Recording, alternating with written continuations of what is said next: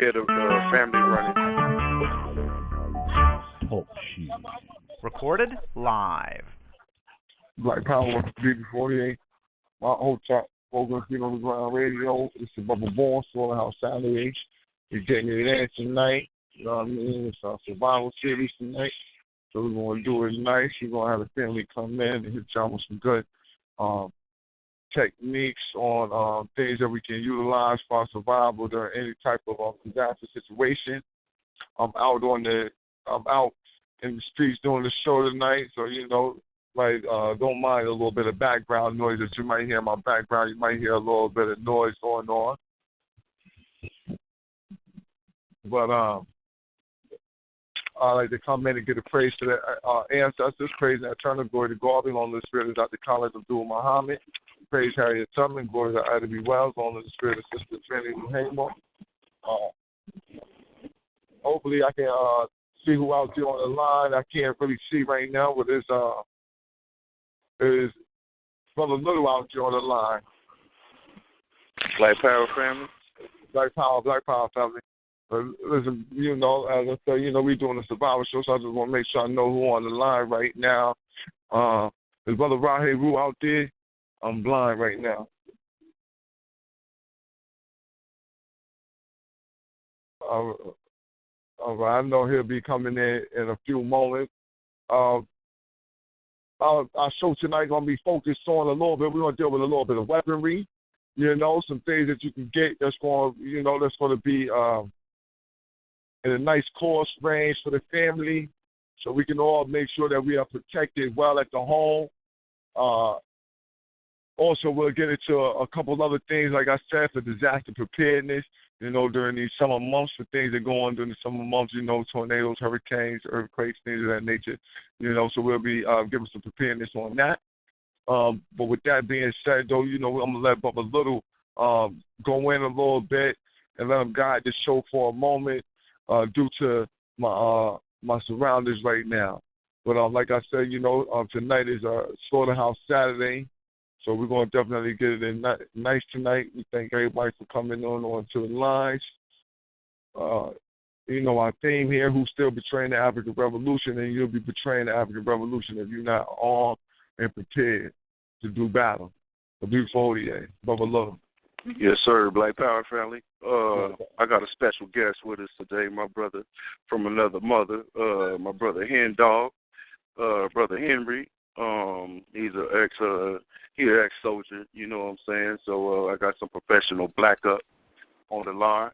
And let the brother Hen Dog come on in and tell the people your little resume for me, brother. Black Power, Brother Little. This is Brother Hen Dog, West Coast. I'm a former Air Force veteran, a jetty mechanic, security forces augmentee, hazmat waste and disposal. So that's a little bit of my background. About a few years in the military, just survival training, did a little bit of TACP, then I became a jetty mechanic. Yes, That's sir. what's up, family. That's what's up, family. So, family, what we were talking about earlier, remember the little the layout you was giving me so I don't mess it up? Why don't you give us the little tactical layout, that adaptability and survival stuff you was talking about earlier, brother? Oh, yeah, I was talking about survive, adapt, overcome.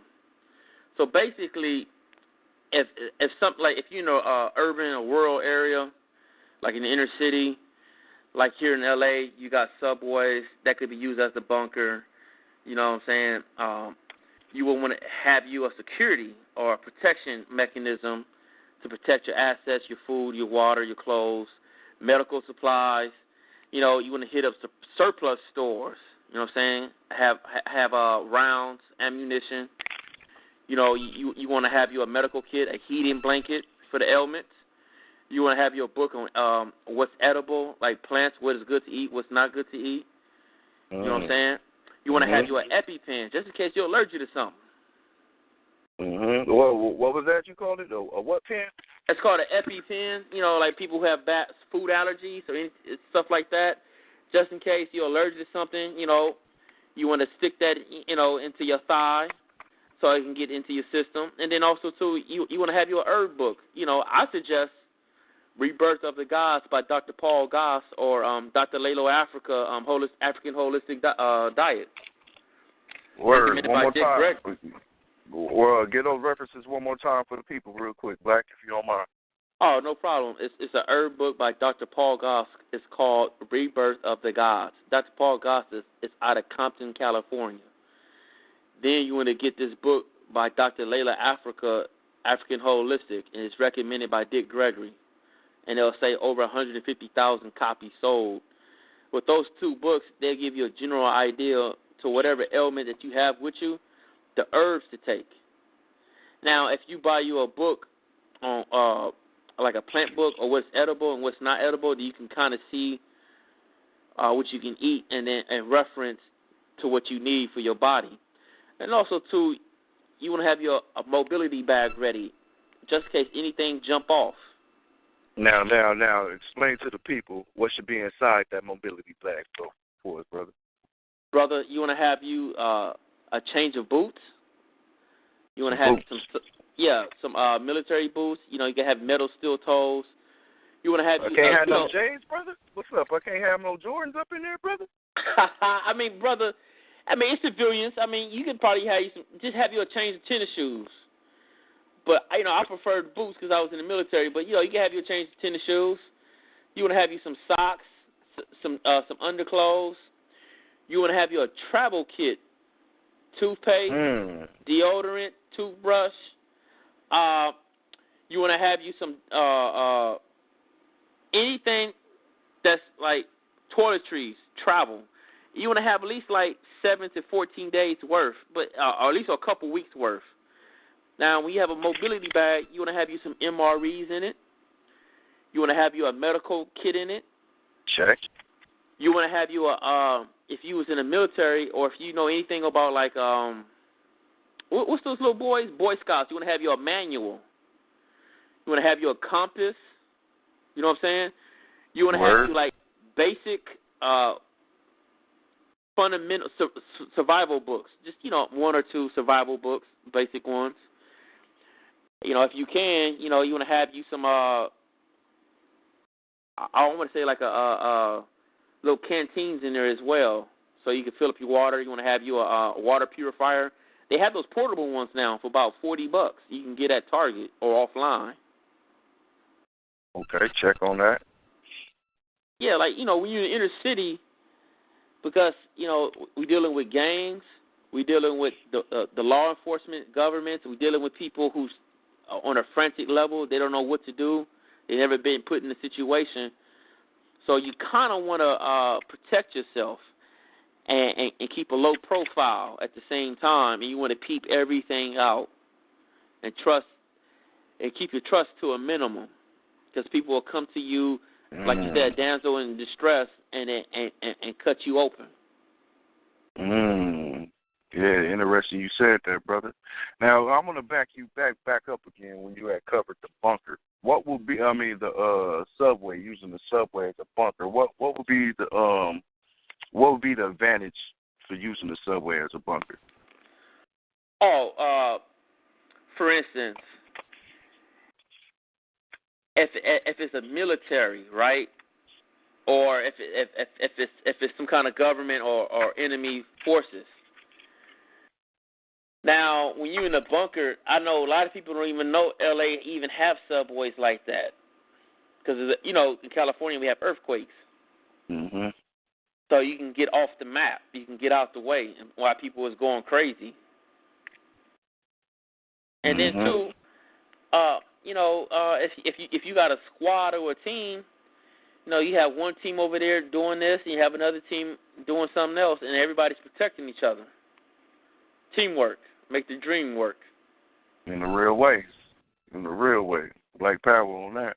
All right, brother. How do we fit all this shit inside the bag, though, brother?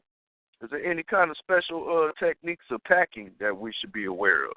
Oh, yes. There's videos on YouTube how to roll your socks, how to fold your shirts, compress them as tight as you can.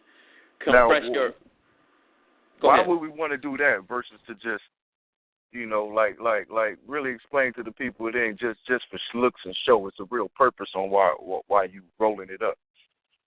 The whole purpose is you want to get as much as inside your mobility bag as possible, because if you got everything all over the place, first of all, you can't find anything, and then you won't be able to stuff as much necessities in there. And secondly, it's about keeping, I would want to say the neatness. And plus, two, if something break open, it won't splatter everywhere. That way you can get the stuff that you need quickly and efficiently. And secondly, I don't know if we talked about the protection, but you're going to want to have you some, a couple weapons, some clips, rounds. You might want to have your utility knife. You know what I'm saying? You want to have you a compass, like I said before. But also, you want to kind of know how to chart the stars, just in case you got to use the stars for reference. I personally know in California, if the mountain is north, then the opposite is south. If the beach is west, then the opposite is east, because we in Los Angeles. But if we were somewhere else, you want to use the stars. Right you on. can easily get lost. Right on. Would you know a way on how to tell the time? If I didn't have a clock in the daytime, like how would I be able to create a shadow and read that shadow time? Oh, brother, I would say, the sun rises in the east, and at midday, it's really no shadow. Like, you can't really see your shadow at 12 noon. So, and then after that, if I remember right, it started going. Oh man, it's been a while since I even used that little thing. That little trick. It's been a while since I used that shadow one. Yeah, that's right. But they got refresher courses up on YouTube, family. Y'all can go ahead and check that out. To how to read, how to tell the time using shadows and stuff. Well, also too, you can use the plants. You can use flowers, if I remember right, because the flowers open up and closes too during the day. Oh, okay. Yeah, like see, in the morning. We got to get back to nature, man. We got to get back to nature. Know these things, right? Oh yeah, nature will tell you a lot. If you see like a lot of birds or seagulls. I mean, not seagulls, but forgot the name of the bird, but it's a dead body somewhere, or it's food or trash somewhere. Oh, like vultures and shit like that. Right. Or scavengers. If you see seagulls, it's a trash can or some food laid out somewhere. Yeah, that's what's up. That's what's up about that. And also, so, brother, man, you want to train your dogs. Send out the hounds, man. What you talking about, brother? Not just to protect your house. What we gonna train them for, brother? Oh, you give them a scent to to see where people are at, to look for people. If somebody's missing, you want to be able to find them efficiently to keep your team strong. And secondly, would you rather get shot or your dog get shot? I mean, I don't want to see the animal get shot, but I would rather the dog get shot and protecting you, as opposed to the person getting shot. Hey, and also, I'll say to that. You want to learn emergency signals, SOS, telegraphs, and stuff like that. So that way, if you can't talk using a walkie-talkie and stuff like that, you can still send out signals or signal for help. They still use smoke signals? Is that relevant? That's relevant. Okay. Now, brother, now, what about for my folks that's stuck out in the wild? Like I got some family that's up in the Carolinas and stuff like that. So they'll be having to get ready with that wilderness get down. Versus the city. It's all about your environment. So now, if you stuck out in the wilderness, that's what the little heating blankets come into play. You have your tent. You know what I'm saying? Yeah, you have your camping gear, right? That's when your camping gear come up, right? Yeah, and in some of the books, they show you how to make like bug repellents with nature, with plants and stuff, and different oils. Right, that's what's up. Yeah, so you know what I'm saying. You want to have also too. You want to have you some I don't know how people feel about medicine, but you want to have you some kind of bacterial stuff, because I know those places around lakes, they had that flesh-eating bacteria. Yes, sir. So you want to have you some stuff like that, and you want to have you some alcohol, just in case in the match, just in case you got to heal yourself. Some alcohol in the match, brother? What you talking about, brother? You know what I'm saying? If you got an open wound and you want to cauterize it, man, you want to fix that, man. Alcohol sometimes, if you catching a cold or something like that, a hot toddy. That's right. That's right. How strong should it be? You know what I mean? Do we get the 120 proof? Do we get some hen dog? We get some Erkin jerk? What we do? I mean, at least you want to have you at least a bottle of brandy, at least. At least a bottle of brandy? At least, minimum. But, I would say the Hennessy or go for the big dogs, Everclear. Word. So I could take me a little hen dog, throw that on my wound, put that match up on there, and I'll be feeling straight? Well, no, I was just saying for, you could do the match on your own, but I was saying for, if you getting sick coming down with something and you can't get, if you don't have no medicine, I know the hot toddy usually work real good. Knocks the cold out in an hour or two. It's gone. Yeah, that's what's up. That's what's up. So then, we recommend getting a whole bunch of camping gear. Y'all get your camping gear up. Ovens. Let me say this. Fire starters. Go ahead, brother. You want to have you some bicycles or skateboards or scooters, just in case. For what, brother? For transport of goods. You don't want to, if you get tired, if you got a scooter, you can throw that bag on there and just push the scooter. That's what's up. Or have you a 3-wheeler or a trailer that you can pull. Or one of them little wagons, man. Them little That's kid what I meant to say. Yeah, one of those little wagons. Yeah, on your bicycle. Yeah. Yeah, that's real practical and real. Basically, man, you got to return to living off the grid, y'all. You got to act like, what if you lost turning on the light? How you gonna see? And also too, you want a little small shovel, because I know some of my Marine family members, they had a little shovel. So when they're out in the war, Desert Storm and stuff like that, dig a hole, have your toilet paper, take care of business and keep pushing. That's good. I'm glad you brought up that. Now, what's the sanitary, how deep should the hole be and all this stuff, so we niggas don't be getting sick and shit like that? Oh, man, you want to have at least about 3-4 feet, something like that, 3 feet. Not too deep, because, you ain't going to be sitting there digging all day, and then usually you cover it back up. Right on. You give a little fertilizer to the earth, huh? Yes, sir. But here's the thing, too, though, man. A lot of these European counterparts, they on YouTube, and they show you how they doing all. They even got TV shows, Off the Grid Living, but they'll show you how they just simulation runs, how they just come in and secure a room.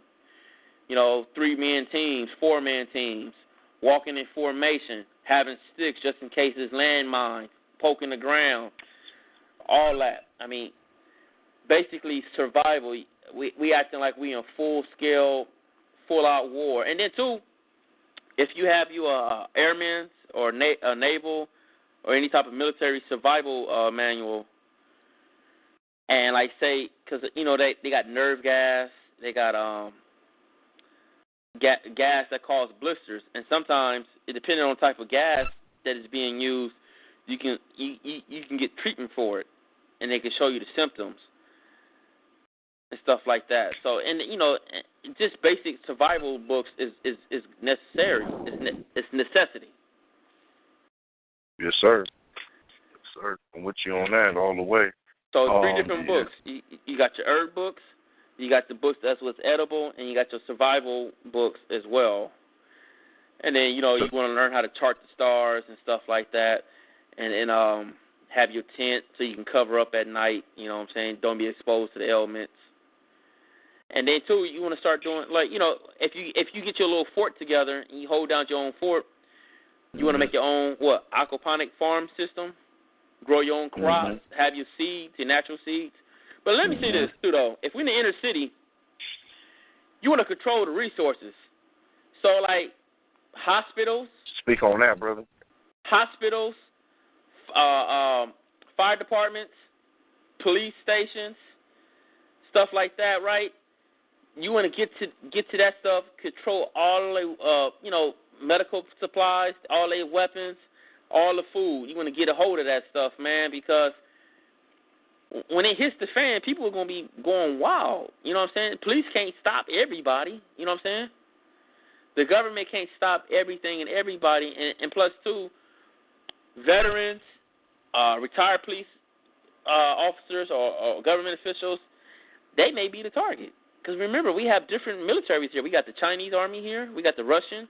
We got the Mexican army. I've seen them a few times at the Venice Beach training in formation. And they disguise. They disguise themselves as PT classes or fitness classes, and they really be military. Who you seen up there doing that, my bro? I seen the Chinese troops right there at Venice Beach running in formation, in their uniform. Hiding at some physical training group or something like that, huh? I seen them in their military uniform. Then I seen them again before, just like holding fitness classes. Oh, okay. So under the Second Amendment, you can have a militia, right? So a lot of these, because it's going to be hard if they ever give word to say U.S.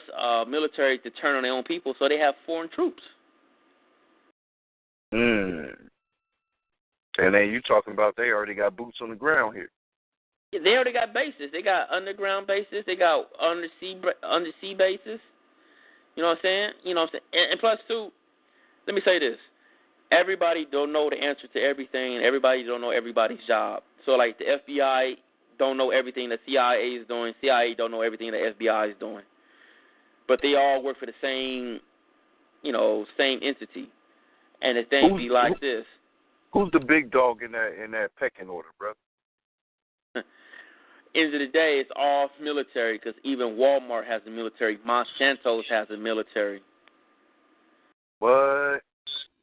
You know what I'm saying? I don't even think the president really can move without the military. Everything boils down to the military. So you mean to tell me all these corporations got their own military? Yeah, I mean, even our boy Wesley Snipes was trying to have his own military, his own security thing, and they shut him down and gave him tax evasion. Who was that again you just said? Wesley Snipes. Oh, yeah. So what happened with that? When he was trying to set up his own little martial arts security, like little military thing. Yeah, that's when they hit him with that. They hit him up with the tax evasion.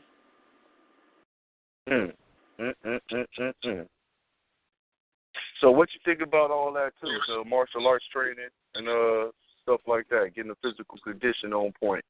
What you recommend for the people on that? Oh man, first thing first is the diet. Then secondly, after the diet, you want to get your cardio in, and you have to at least be able to lift your own body weight, at least. Check. And then with that being said, if your weapon doesn't work, or if you run out of ammo, if you know how to use your hands, you can get you another weapon. Hand-to-hand combat is good just in case you're in close proximity. Yes, sir. Reach out and touch somebody, huh? Reach out and touch somebody. Yes, but yeah, sir. disarming techniques. I recommend everybody got to learn some, because like the brother said, you run out of ammo, or you just get caught slipping. You never know. And you in close quarters, you gotta take your enemy weapon and use it on that motherfucker, or it could cost you your life, yo. So we can't be all movie experts and think that when you in some kind of combat, you gonna behave like that motherfucker on the movie. Right. So I recommend too, brother. I try to recommend to the people getting their trigger time in. Oh yeah. Like starting with a 22. I like starting your training and your shooting, getting your trigger pull and your breath control, all that down with the 22, and then move up to heavier weight. What you think about that, brother? Let me say this. Let me back up a little bit.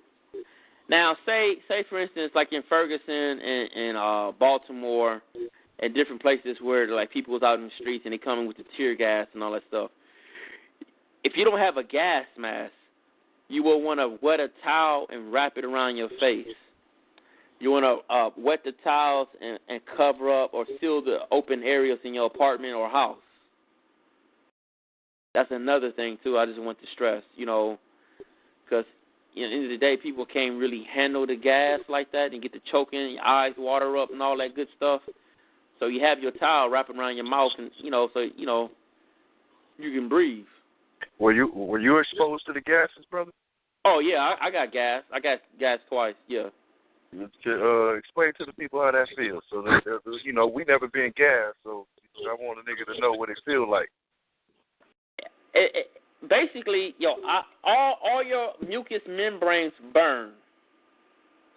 Eyes water up, nose burn, and start running. You start coughing out all the phlegm out your mouth, and your skin may start burning a little bit, depending on how long you're exposed to it. And what happens is, you got to recite your little creed or whatever, and then you got to march up out of there. And then they hold you down and wipe, gas? Huh? I said all while breathing that gas? All while breathing the gas and your eyes wide open. It would just be burning and they have mucus all over the place. Right. And that's the tear gas, yeah. So that's the tear gas, okay. So that shit really hurt, though, huh? Yeah. And man, you want to have you some pepper sprays and some stun guns. Pepper spray and some stun guns? Or one of those electric zappers. Yeah, man. All right. Especially for the females, when have that on deck. It's always have a backup plan to back up the blackup plan. You feel me? And I recommend knives. Always get you a poker on you, man. I recommend everybody have you a poker. Right. Trying to tell you. A poker, even one of the little mini axes for when you roll out with your gear. Get a backpack, too. Make sure your backpack got a water bottle. That's what I would recommend. Get a backpack that got water bottles, but really emphasize on getting your camping gear up.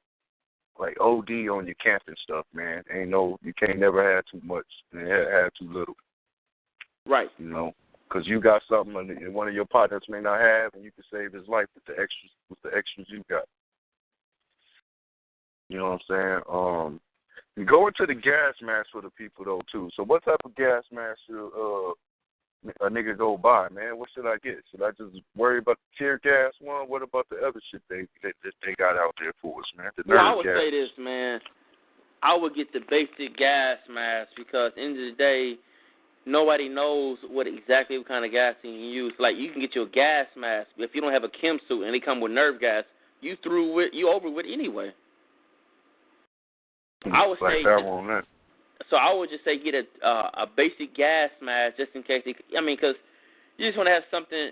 My grandma has a saying: "It's better to have it and not need it than to need it and not have it." I'll say. You know what I'm saying? So if you just have a basic gas mask, you should be straight. You want to make sure you seal up the where the gas mask is at around your face, around your edges of your hair and stuff like that. You don't want to leave no openings. But at the end of the day, if you don't have a chem suit and they come in with full nerve gas, that gas mask is out the window. As soon as they touch your skin, you through. Or even the blister gas, when makes your skin turn to blisters. Right. They got diabolical stuff, man. Man, people come back from Desert Storm, their nails fall off, their hair fall out. You know what I'm saying? Like, they have some very diabolical stuff. Make your skin turn inside out and stuff like that. People have, boil blisters all over their body from the gas. So, what's the best way to avoid that type shit? Just always be on the attack? Well, gas rises. Cause gas rises. That's what I said about the underground bunkers, because the gas rises.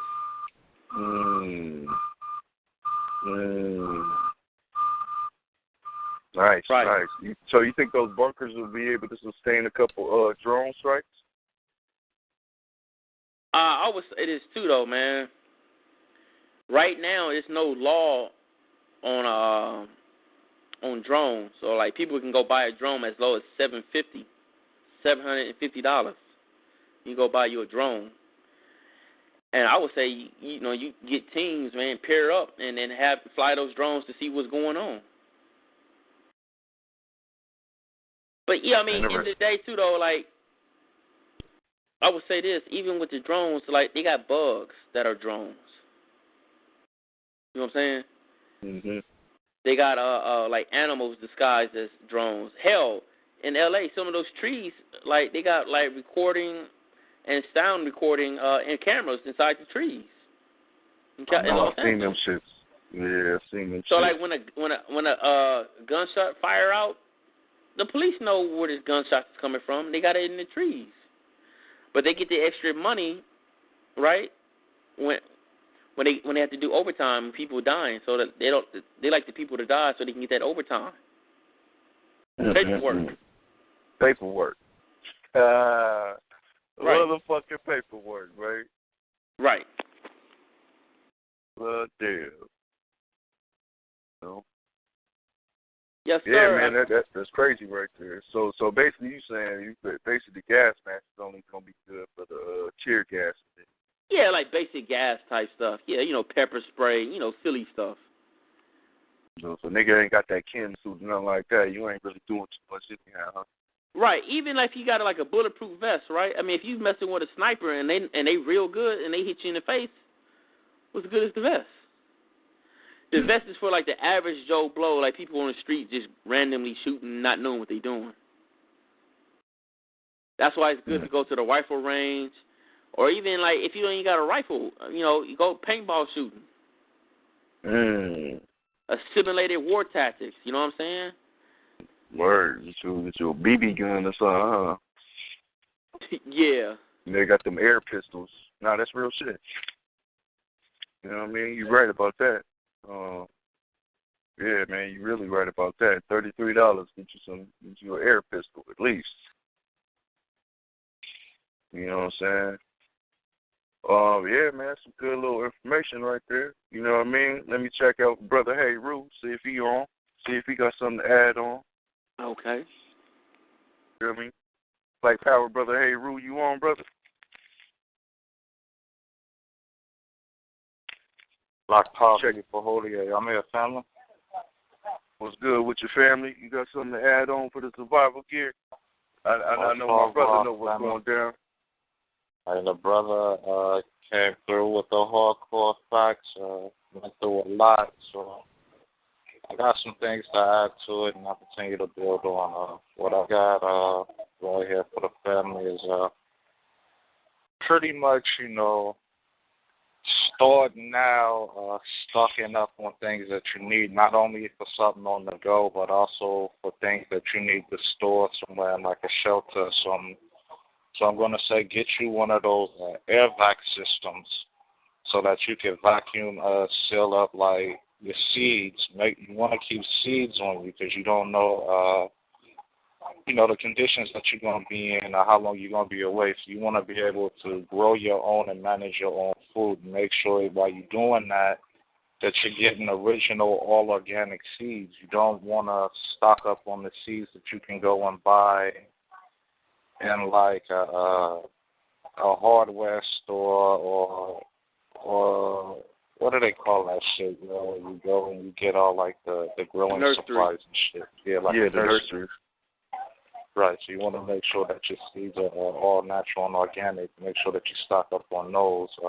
Keep dry pastas, canned vegetable fruits, dehydrated fruits, and canned meats or pouch-based meats. But remember that they do have an expiration date, so that's something that you want to keep constantly switching out and constantly updating. If you're going to do your grains and things, don't do any oil-based grains. The oil-based grains will rot and will give off a rancid effect. Right. You want to store and keep your beans on deck always. Or lentils. I'll show you on that. Lentils as well. I said pouch meats and your vegetables. Keep your bouillon cubes on deck because most of the things that you will be making will be more so in mind like a stew-based type food to keep you going and keep the energy levels up. That's a good-ass idea right there. Keep in mind and things that while you looking on cans and pouch goods, always keep up with the dates on that. Like I said before, switch them out. If you're going to store vegetable oils or any type of cooking oils, make sure that they're all vegetable because other types do spoil and go bad. Make sure you keep your herbs and spices on you at all times. You don't want to be eating, you know what I'm saying, like the crackers was inside them caves. You just eating anything with no flavor. You know, we got to have flavor to ours. Make sure that if you don't know how now, you know, gather in groups, gather with your family, learn how to hunt, learn how to fish, learn how to trap foods. Make sure that you go out and you get some type of outdoor survival tactics and living off the grid. You know, we got to practice and prepare ourselves for this, you know. Spend some time around your household with your family or even in the group y'all can get together on the weekend or something and just go out, you know, go off the grid and practice conditioning yourself so that when this time does come, you know, you prepared. You don't want to go into anything blinded. Hey, Ru, what you think about practicing going off the grid like at least once a month? Like for one day on a Saturday. I would say start off doing it as a weekend thing, and then add on to it, and you know you can start off with a weekend, and then try that for a few months, and then extend it to like a week, and just build on so on and so on, so it becomes something of the norm. I say. So it ain't no shell shock to you if you got to go through it. You feel? Right. Also, with some of the information that the brother put out earlier is also excellent applied to this as well. Also, make sure that you stock up. Now, you know, we have technology that has changed using the power of Ra. So, you know, hit up your Army surplus stores or your sports stores or even online. You can find a lot of the stuff on Amazon. Just type in solar-powered camping gear. They got solar-powered stove, coffee makers. The coffee maker could also be used as a source for hot water or filtering your water. They got solar-powered lamps. Make sure that you get yourself a good machete. I even seen that they have a solar-powered tent that also has built-in Wi-Fi for those that can't live completely off the grid. But you got to have your electronic devices that allows you to charge up your electronic devices or whatnot. Make sure that you invest in a good machete. Make sure that you invest in a good sharpening stone as well. Also learn other techniques for sharpening your knives and your tools up. You can use a regular rock and water. It will take a long time, but you'll still be able to get it done. You could even use mud or rock and water, whatever you choose. Learn how to real quick, hey, Ru, learn how to take care and oil your shit so it don't get rusty, yo. Right, I didn't get to the weapons yet, though. Also, the knives and machete as well. Like you said, you want to make sure they stay so that they don't rust you. That's also well. The brothers earlier went over a gas mask. I'm going to say make sure that you invest in a good quality gas mask. If not, you can make your own gas mask using an empty 2-liter bottle of soda. I have the directions on that. I don't know if I can drop that into the chat room or whatnot, but if you do need that information, I do have it. Make sure that you invest also in a hazmat suit. They have them on different economical levels depending on if you want low quality or high quality. I say this is also a good thing to have. Make sure that you stock up on them and that you have enough for your group or your family member. If you're just doing this with your family inside of your home, if you're in a group, make sure you have enough to distribute amongst your comrades. Hit up a military surplus. Make sure that you invest in some good survival camping gear, utility knives, the cooking wear kits. I recommend high-tech boots. It's just a personal preference for me. Make sure that you invest in some fatigue, some binoculars, get you some night vision goggles. so that you can be able to hold things down even in the dark. Make sure that your weapons also have night sights on them as well, so that you're able to provide good cover and good survival for your family even in the nighttime. Make sure that you keep extra clips on you at all times. Extra batteries. Ammos. Extra batteries for the night gear. Yeah, extra clips, extra ammo, extra batteries for your tactical flashlights and your lasers and your weapons. You're using what's the other site that they have? I can't think what it's called. Yeah. What, the ACOG?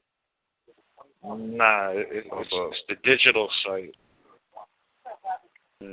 Anyway, I can think about it. It's a holographic digital site. Make sure that you keep your batteries for those as well. Oh, yeah. I know what you're talking about. I forgot the name, though. The hologram. Yeah. Always remember with your arms, keep at least two. I recommend a long arm and a short arm, one for the long distance and one for short range. For the long range. When you say long, I was going to say go to long range, brother. Yeah, when you're dealing with the long range, you want to choose an assault rifle, you know what I'm saying, one that you're able to break down easily, that you're able to break it down even blindfolded with your eyes closed. You can reassemble it. Always keep it, well functionable. Keep it well oiled. Make sure that the sights on it are accurate, tuned in well. Make sure that you choose something that can handle the distance. Make sure that the ammo always matches. Always choose the best ammo for your weapons at all times. The only way that you'll learn the best ammo that your weapon likes being fed is to take it to the range and get you practicing. Practice with different types of ammo from the low grade to a high grade. Practice using different jackets as well. It's the only way you're going to find out what ammo that your gun likes more than others. With that being said, with the assault rifle, be aware that they have kits where you can change your caliber. When you're going practicing to the range, if you have a 308 or you're shooting 223 or anything of a high caliber, you want to make sure that you have the barrel swap outs or the upper railing swap outs to where you can use the 22 long range for when you get in your target practice. And that way, it's a good thing because you're not spending a lot of money on just getting, your practice in. You're not going to sit there and use your high-grade ammo, while you're getting your target range in. With that being said, be aware of all upgrades that you can do to all of your weapons. Those are add-ons or customizable changes that you could either do yourself or you could take to a gunsmith and have it done yourself. Fortunately, not unfortunately for us, these rednecks and these crackers put a lot of this information out that makes it easy for us to learn how to do it ourselves. So if we could also teach that to each other, get together in groups, train the babies on this as well, it'll be something of a norm to us, and it's also good survival skills. With your short arms, such as your pistols and such, some of the same supplies, they do have pistols where you can change the upper railing, changing the caliber of the pistols. I say when you buy in your arms, if you want to use the lower economical grade firearms, I say for anything that's underneath 600 or less, I say those are good to have just to train with and get your target practice in. But for your high range pistols and assault rifles, you do want to invest and spend good money on that. Because if you look at what your enemy is buying, you know what I'm saying, he ain't buying that junk, he ain't buying that cheap shit. He's only buying, the best. And not only that, they buying the best for their kids and their children and giving it to them as gifts, and they just look at them as toys. It's a 5-year-old, 6-year-old kid out right now, got an AR Bushmaster rifle, cost about $2,000, $3,000 right now, and to him it's just a water gun. So, and he's probably more trained and more efficient and more of a marksman than you are. So, keep that in mind at all times, that these crackers do train their kids to kill you. You know what I'm saying? So, this is also something you want to keep in mind. Know that, your enemy that you're going up against may be more well-trained and more well-skilled than you are. So that's another thing to keep in mind for, to go out there and get your gun game up and get your survival skills up. And I don't want to take up too much of the family time, so when I come back around, we'll just go back in. But All right, there was some excellent jewels right there you dropped, my brother. Excellent. I did leave out the short arm. Well, shit, I'll take over the short arm, for your short arms, see, you want to get something that's economically feasible. You don't be getting no specialized gun and you can't get no motherfucking ammo for it. You know what I mean? So I'm a big proponent of 9s and 45s or 40 cals. You know what I mean? You want shit that, the officers going to have because, they ain't running out of ammo for that motherfucker. So if they run with the 40 cal, you might want to get you a 40 cal. You know what I'm saying? But I like Glocks. You get you a Glock under $600, under $700, depending on which model you get. And that shit ain't go break on you. You know what I'm saying? And you get to get it in. They got Smith & Wessons as well is another good one. SIGs. I mean, there's good stuff out there, but just giving you some, a little starter kit that'll get you out there popping. That Glock 40 cal is a beast though. The Glock 45 caliber is a beast. The 9mm. You always, I love the 9s. That's my everyday carry. So I don't play no games with that. So for the handgun, it's a different feel to it at the range as well. So you got to get used to shooting that. And that's short range. That's from close point blank all the way to, let's just say 150. And then from 150 you want the AR game to pick up. So from 150 to about 300 to 500, depending on your optics or your visuals, you're gonna be golden with that. And then if you want anything past 500 to 600 yards, you got to get the sniper right with the scope.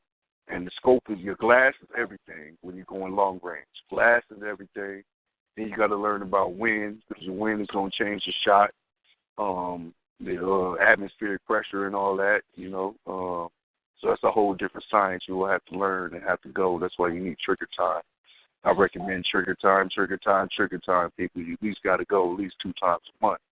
Get some trigger time in. You got to, you know what I mean? Because you're going to be under duress. Your heart going to be beating. You'll be stressed out. And you got to be able to, you're going to be in a firefight. And like the brother was saying, this cracker go up there and practice. He's going to be ready to snipe your ass. You best believe that. So get your kill game up. Kill you some raccoons. Kill you some birds. You see what I'm saying? Kill you some something.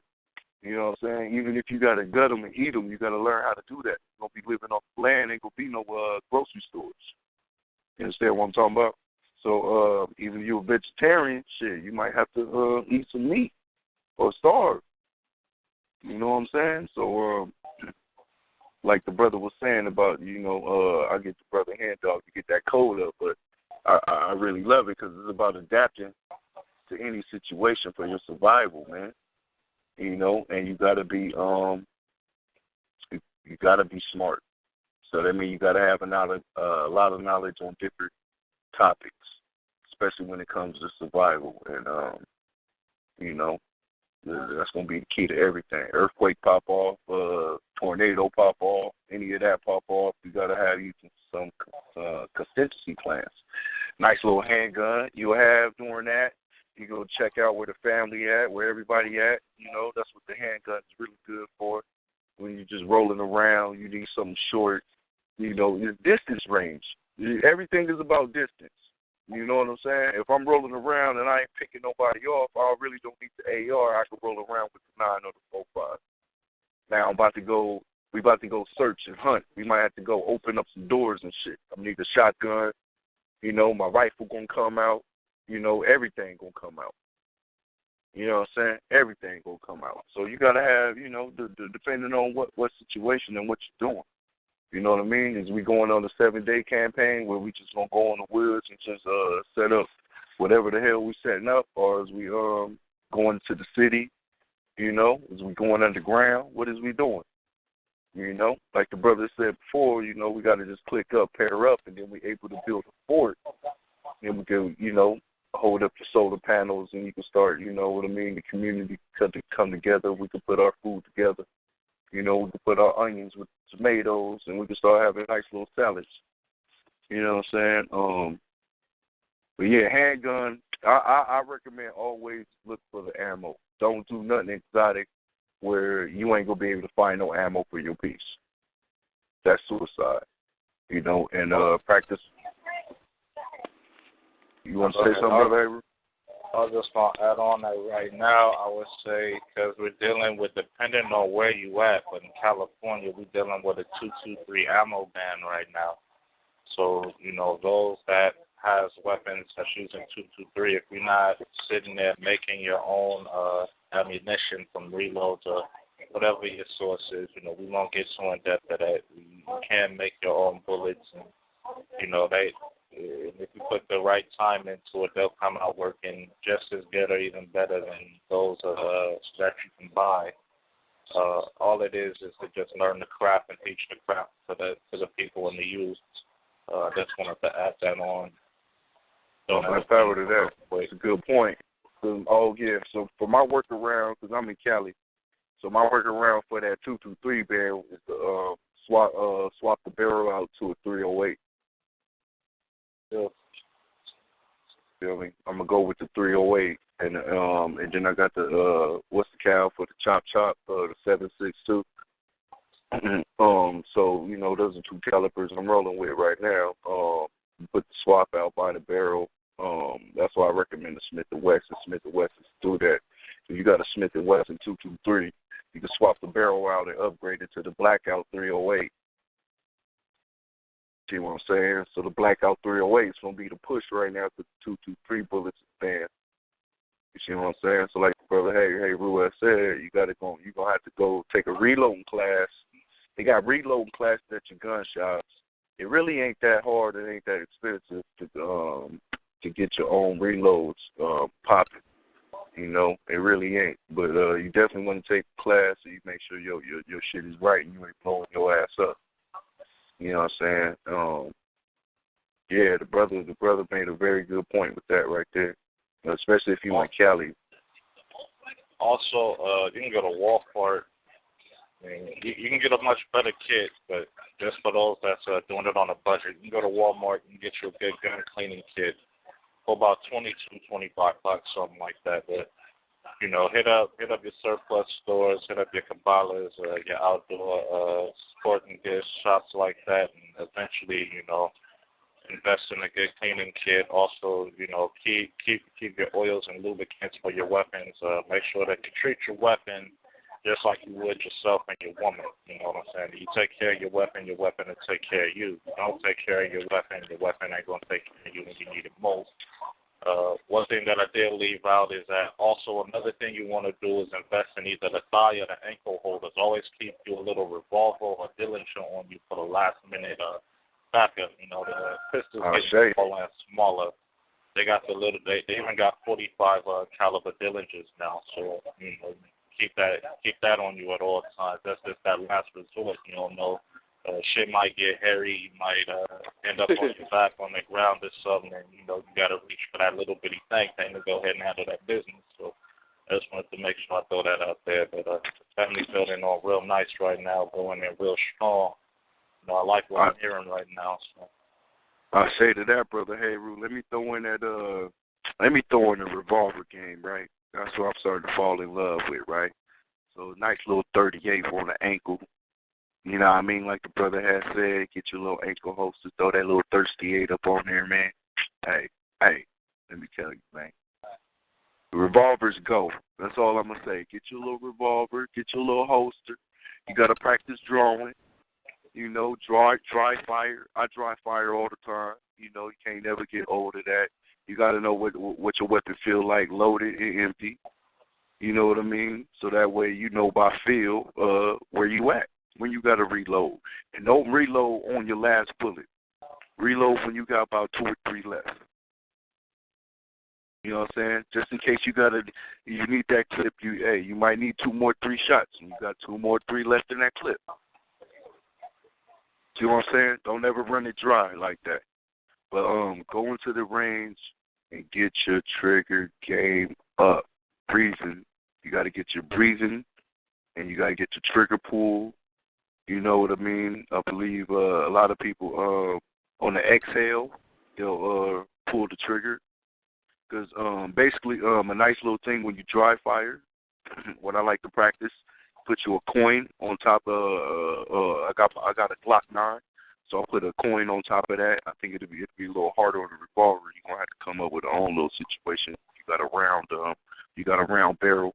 But if you got a square barrel, a slide back, a cock back like a 9 or something like a Glock 9, you throw you a coin on top of it right in front of the front sight, and you squeeze that trigger, and that coin better not fall off. Also, too, I just want to interject. When you got your weapon empty, right? If you got an M16 or M9 handgun or a rifle, you want to do some simulations, crawls, going under rails and stuff like that, leaning against the walls, rolling over the dirt and stuff like that as well. I just want to throw that out there. I say different firing positions. Yes, you want to get used to holding your weapon and running with it too as well. I say. So a weighted vest will be well to invest in when you're doing your workouts. Get your weighted vest to simulate all your gear. You'll be right. Yeah, you know what I mean. So you might have a vest. How much does a vest weigh, Big Hand Dog? Like about 10 pounds it could go? Well, I know mine is 150 pounds. I got mine from strengths.com, but you can go to Big 5 and get you, 20, 30 pound weighted vest, man, for about $40, $50, something like that at Big 5 or Sports Chalet. Damn. So you got metal plates in your vest then, huh? Yeah, I got metal bars in my weighted vest, man. It goes up to 150 pounds, and that's when I hit my dips and pull-ups and push-ups on that. Okay, that's what's up. What's up on that, big job. And also, too, you want to get, like the brother said, by investing in the chem gear and, a gas mask, you want to go to the firing range with that stuff on, too. You want to get, like, for instance, if they come with some gas or stuff like that, chemical warfare, you have your chem suit on, you want to get used to shooting with the, see how it feels to shoot with the chem suit on, the MOP gear, what we call MOP. I say. That's why I would say do your dry fire practicing with fully geared up as well. Right. Hand-to-hand combat as well. When you're hand-to-hand combat, practice drawing out your knives and your machetes and sheathing it so you don't cut your goddamn self in the middle of combat. Right. You know what I'm talking about? Yeah, man. Get with a partner and train, too, man. Train, let them get on top of you and choke you out. Get your escape zone. You know what I mean? Practice pain on each other. You know what I mean? You got to practice taking and giving pain, man. And also, too, it's good to know pressure points and know where the muscles are at and when muscles are not at. I say. Not at. Give us a few examples real quick, brother, if you can. Well, behind the kidneys, there's no muscle, so if you get hit right there, ask De La Hoya, you're going down.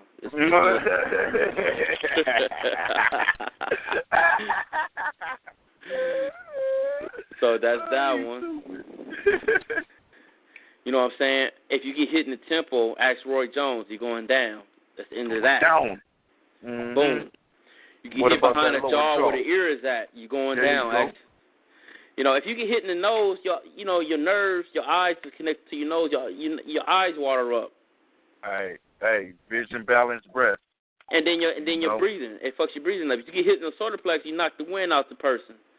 You get hit in the testicles, that's going to sting them for a minute, drop them down. Well, then, too, you want to know about chokeholds, right? Talk to me. So, like, it's a chokehold where you stand behind the person and you have your, whichever hand go underneath the chin or the neck is that, and that hand grabs the other forearm. The forearm grabs the back of the head. It's like a reverse police chokehold. That's what they call that. And that's pretty hard to get out of, if you can even get out of it.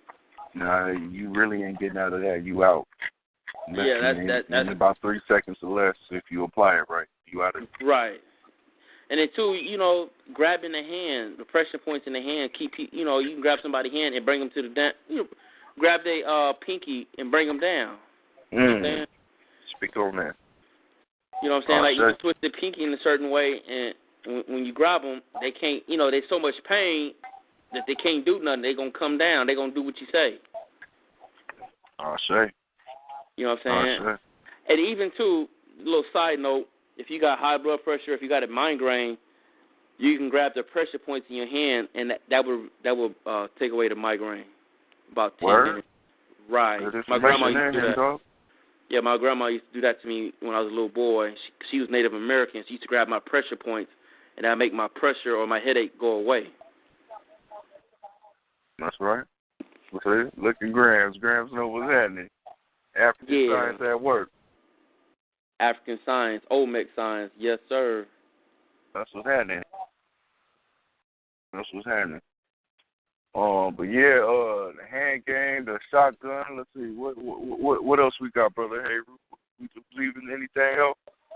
Oh, you gotta have your weapon. You gotta have weapon carriers. You know, your weapon bag. So you know, if you got an AR long rifle, get you a nice little bag that can hold at least about 5 mags, I would say. You know, and some cleaning kit. Have your cleaning kit in there. They got the little bore, a snake bore. You just drop a little weighted part through your through the barrel, and then you just pull it through, and then get all the blackness and stuff up out of there. And then you know, I like the oil cleanser, so I like the 2-in-1 thing. I recommend that you clean it and get it oiled at the same time. Like the brother Hayru had mentioned, always keep your guns oiled. I'm going to say your knives as well. Don't neglect not oiling your knives because you don't want to get your shit rusty. Or sharpening. Yeah. Sharpen them as well. You know, you gotta master your sharpening skills. And get you a lot of magazines for whatever gun you got. You know, right. You don't want to be caught reloading all like that, where you got to put each goddamn bullet in the mag. You don't want to be doing that. You want your magazines ready to rock and roll. So get you a holster and get you I recommend at least having 5 mags up on your holster. Right. All right. Having 5 mags in your holster plus the one that's in your clip. You dig it? You know, and because I try to hit you up with 100 rounds. That's just how Brother Little think. You know what I'm saying? I'm trying to hit them up with 100 rounds for 100 clowns. You dig? And that's why you got to get your accuracy up, man. You know, if you ain't got 50 million bullets, you gotta be frugal, and you gotta make each shot count. You understand what I'm saying? You gotta make each shot count.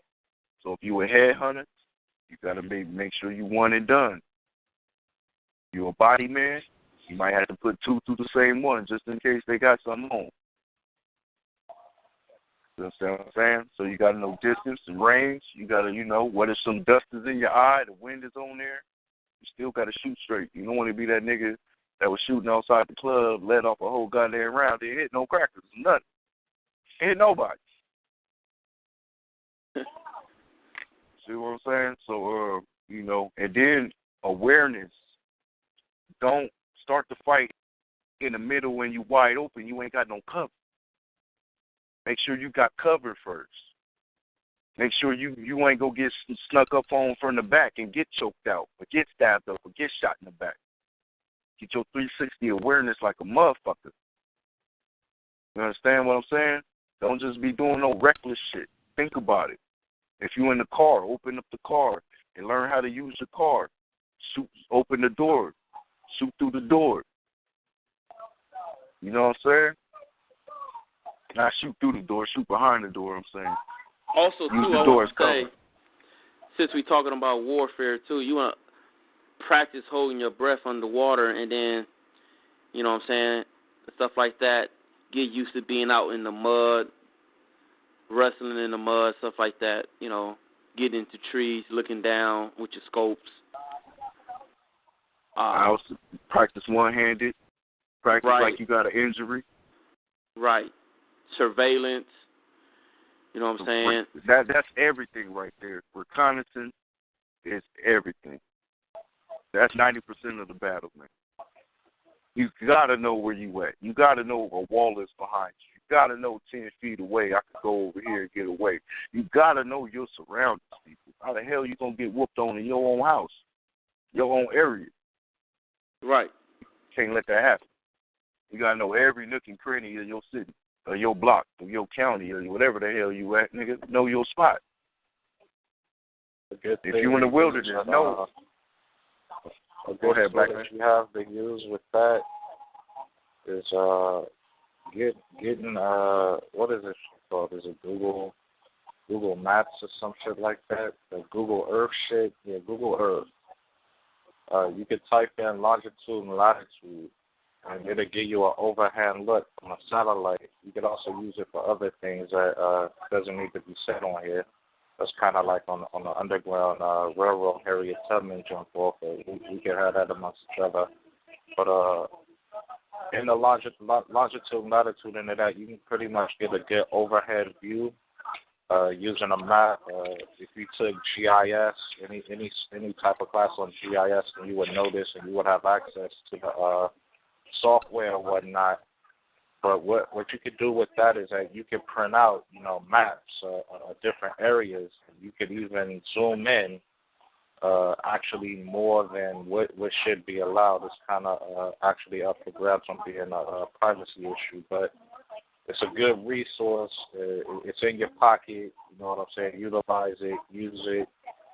It can be used to grab images. I don't know the time in between, how long it takes within capturing each image or whatnot, but let's just say your enemies at such and such longitude, latitude, you can use a satellite up in the sky to zoom in on that location, actually look at where your target is, take a picture of them, use that image, use that information, plan out a strategic battle plan on how to get in, get out, hit your target, get in and get out. With that, also invest in a good map, because spend good money on it too. The more good money you spend on the map, the more information and detail you're going to get from that map, so that you can learn back roads or old roads that used to be taken, that are frequently taken in order to get in and get out. You know that when shit go down, they're going to block off all the main highways, and the first spots that would come into, your mind as a human being is, I'm going to go this way. They already know that that's how you're thinking. They're not really thinking for you to go down old roads that people really don't know about anymore. So, that's also a good thing to keep inside your arsenal. Invest in a good survival handbook. Get a few of them. I would say go the military route or anything military in a survival handbook. That's good. Get that, study that frequently. Like the brother said, get a books on medicinal herbs, what herbs are edible, so that you're able to make your own medicine.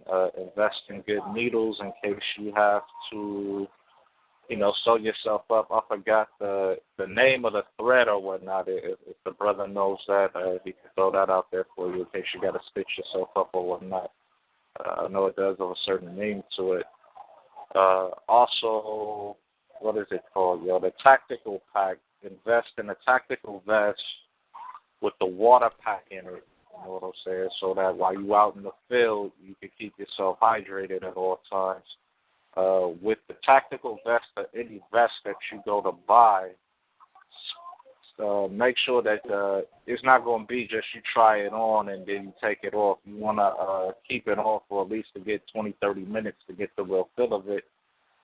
Vests come and might cause you some uncomfortability, and you might have to do some of your own personal changes, you know what I'm saying, for you to adapt to the feeling or the chafing or whatever discomfort you might have from that vest. So I just want to throw that out there.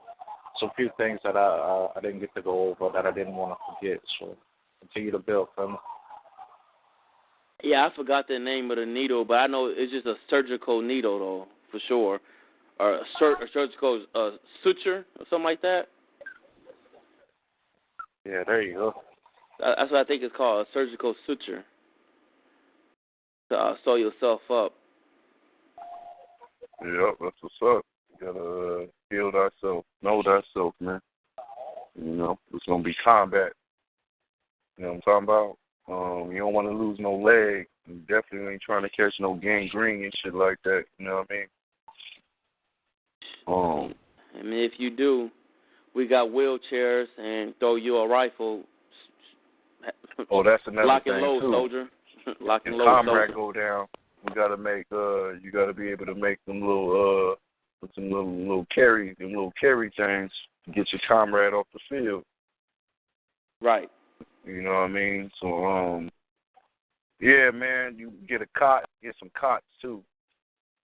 You know what I mean? Get a cot, and we gotta have a medical person in there. With the medical person will have that little cot to carry somebody off the field. You know what I mean?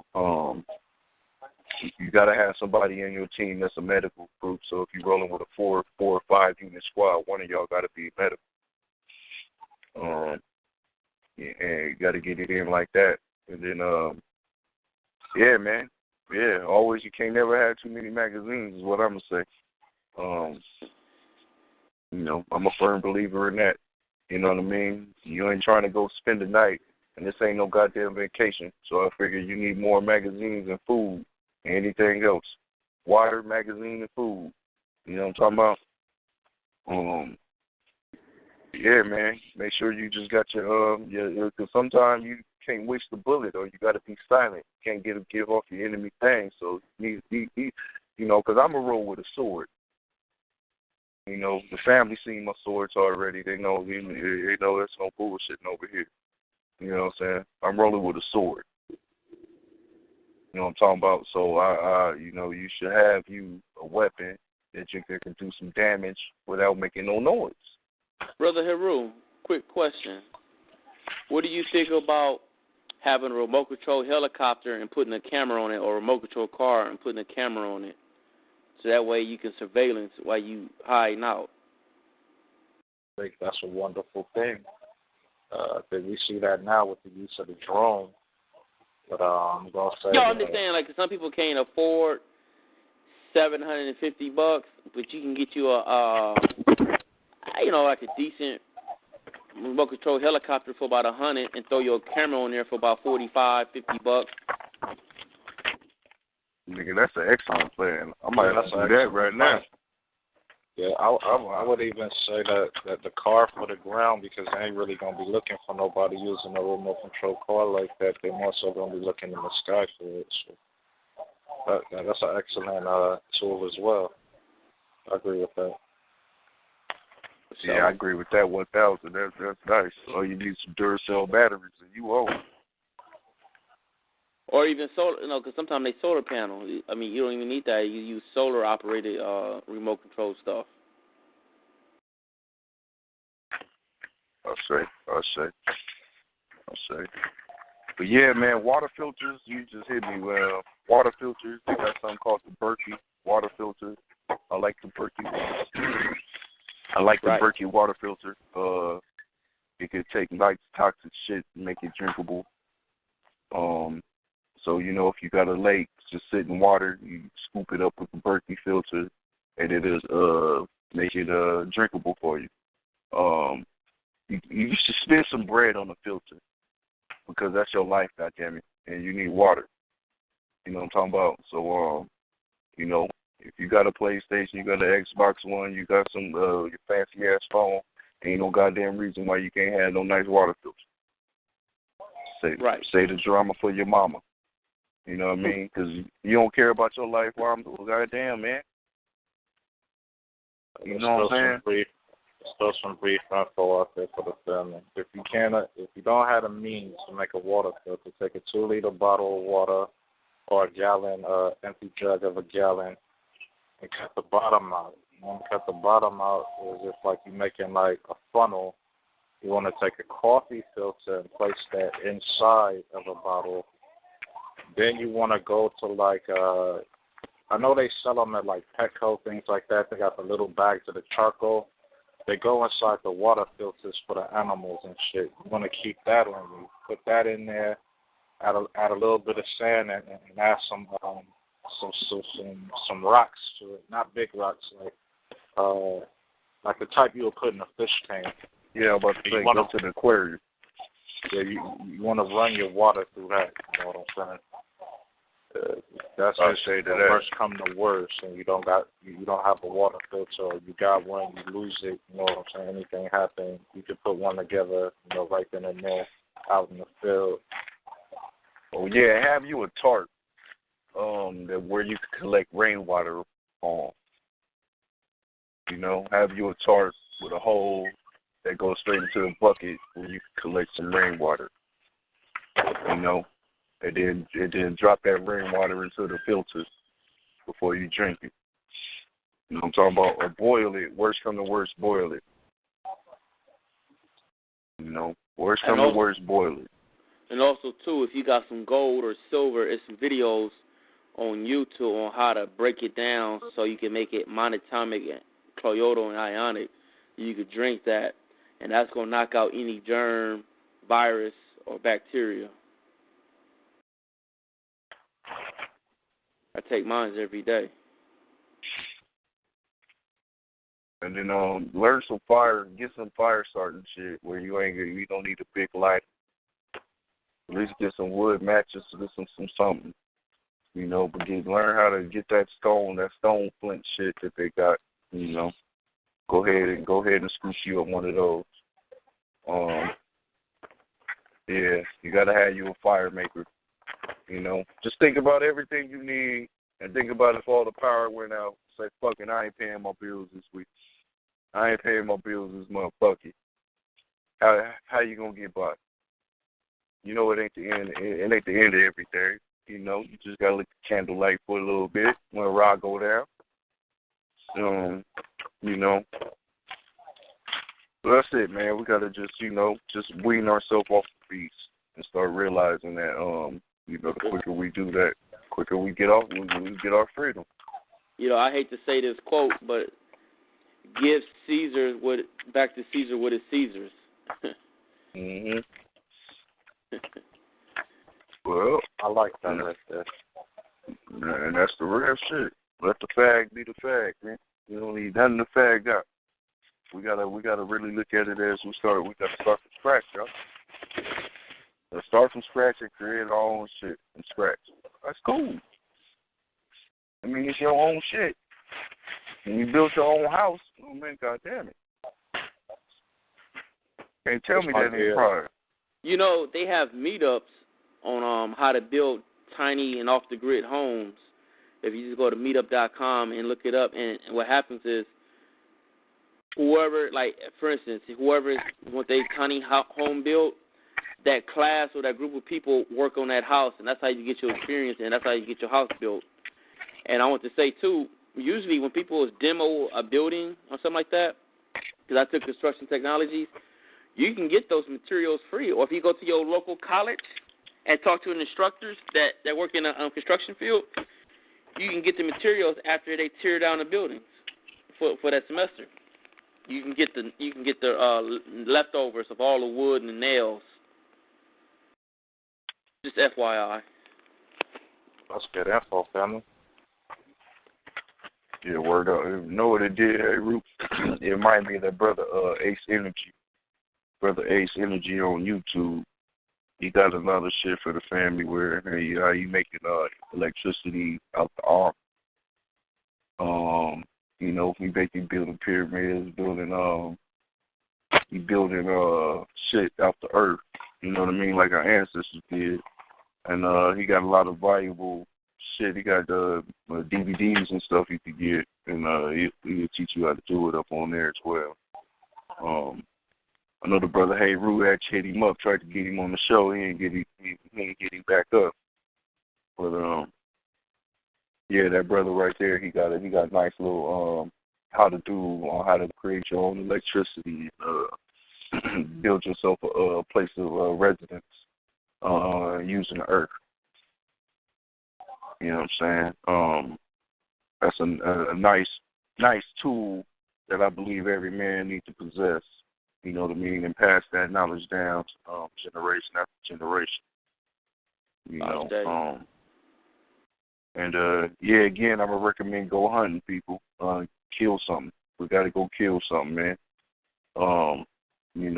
Gotta go kill something. 'Cause shit, you're gonna be in a revolution, goddammit. you're going to have to kill something. So you're going to have to get used to it.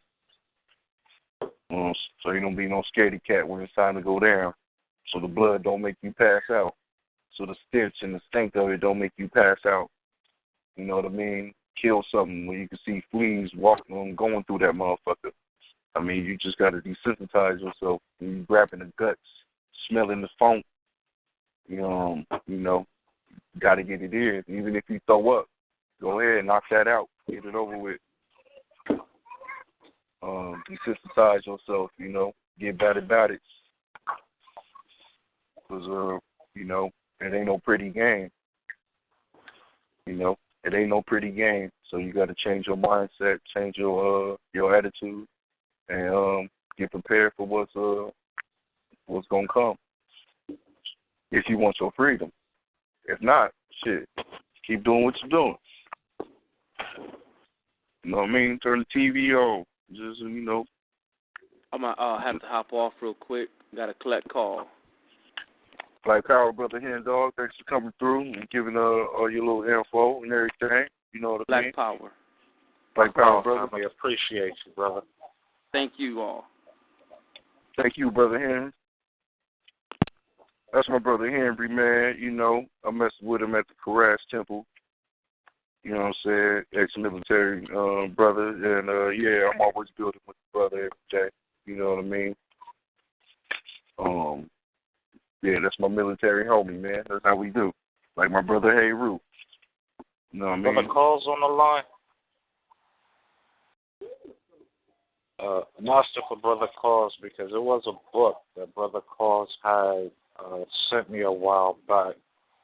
I'm looking for it now, but I can't find it. But the book, it was a very good book on going off the grid and how to build shelters and things of that nature. So I wanted to know if he had the title of that so we can get that out to the family. But if we can't get it to you tonight, we'll make sure that we do get that out to the family. Most definitely, that's something that is very important. There was a few items I wanted to go over. It might be a little overkill. I got it right here. Brother Hayru. Okay, it's the Prepper's Long-Term Survival Guide. Sure. By Jim Cobb. It's called the Prepper's Long-Term Survival Guide by Jim Cobb. And he got another survival one I'm looking for that the brother handed out that was excellent in my opinion. But I only see that one right now, Brother Hayru. Forgive me for interrupting, brother. I was just going to go over a few items. If you need to take a shower, you can use these two items together, and you can be able to get a hot shower. They're not very big. They're very compact and easy to store inside of your bag. This one is battery-powered. I do know that they do have one that is solar-powered. You can just do your research and find what's best suitable for you. It's called an iVation battery-powered handheld portable shower. It turns water from a bucket, basin, sink into a steady, gentle stream. It is powered by a built-in lithium rechargeable battery. You can buy that coupled as well with an Allied Precision Premier Line 742G bucket water heater. Once again, it's an Allied Precision, the Premier Line 742G bucket water heater, and that'll make sure that the water that you pour into the bucket, even if you have to take that water out of a river or lake or stream or whatnot, it's going to provide you with that source of hot water so that you can clean yourself with it. And basically, you could take that and look at it, and you could find other uses for it while you out there in the zone in the wilderness or going off the grid for yourself. You know what I'm saying? Multiple uses. This is going to provide you with a source of hot, clean water. So, that's one thing. They have a outdoor coffee maker. You know, coffee would be the easiest drug for you out there to get your caffeine going. They got some that are portable, some where you could just take sticks, twigs, and leaves off of the ground and burn in there and use that as the source to heat your water. They come in all different prices, starting from low to high, starting from $30 going anywhere all the way up to $500. So it's up to you. The higher line is a little bit overkill, things like that. You know what I'm saying? But I was waiting to get into what we was going to put out for your survival amps for under G. So whenever you wanted to get into that, I'm ready for that as well.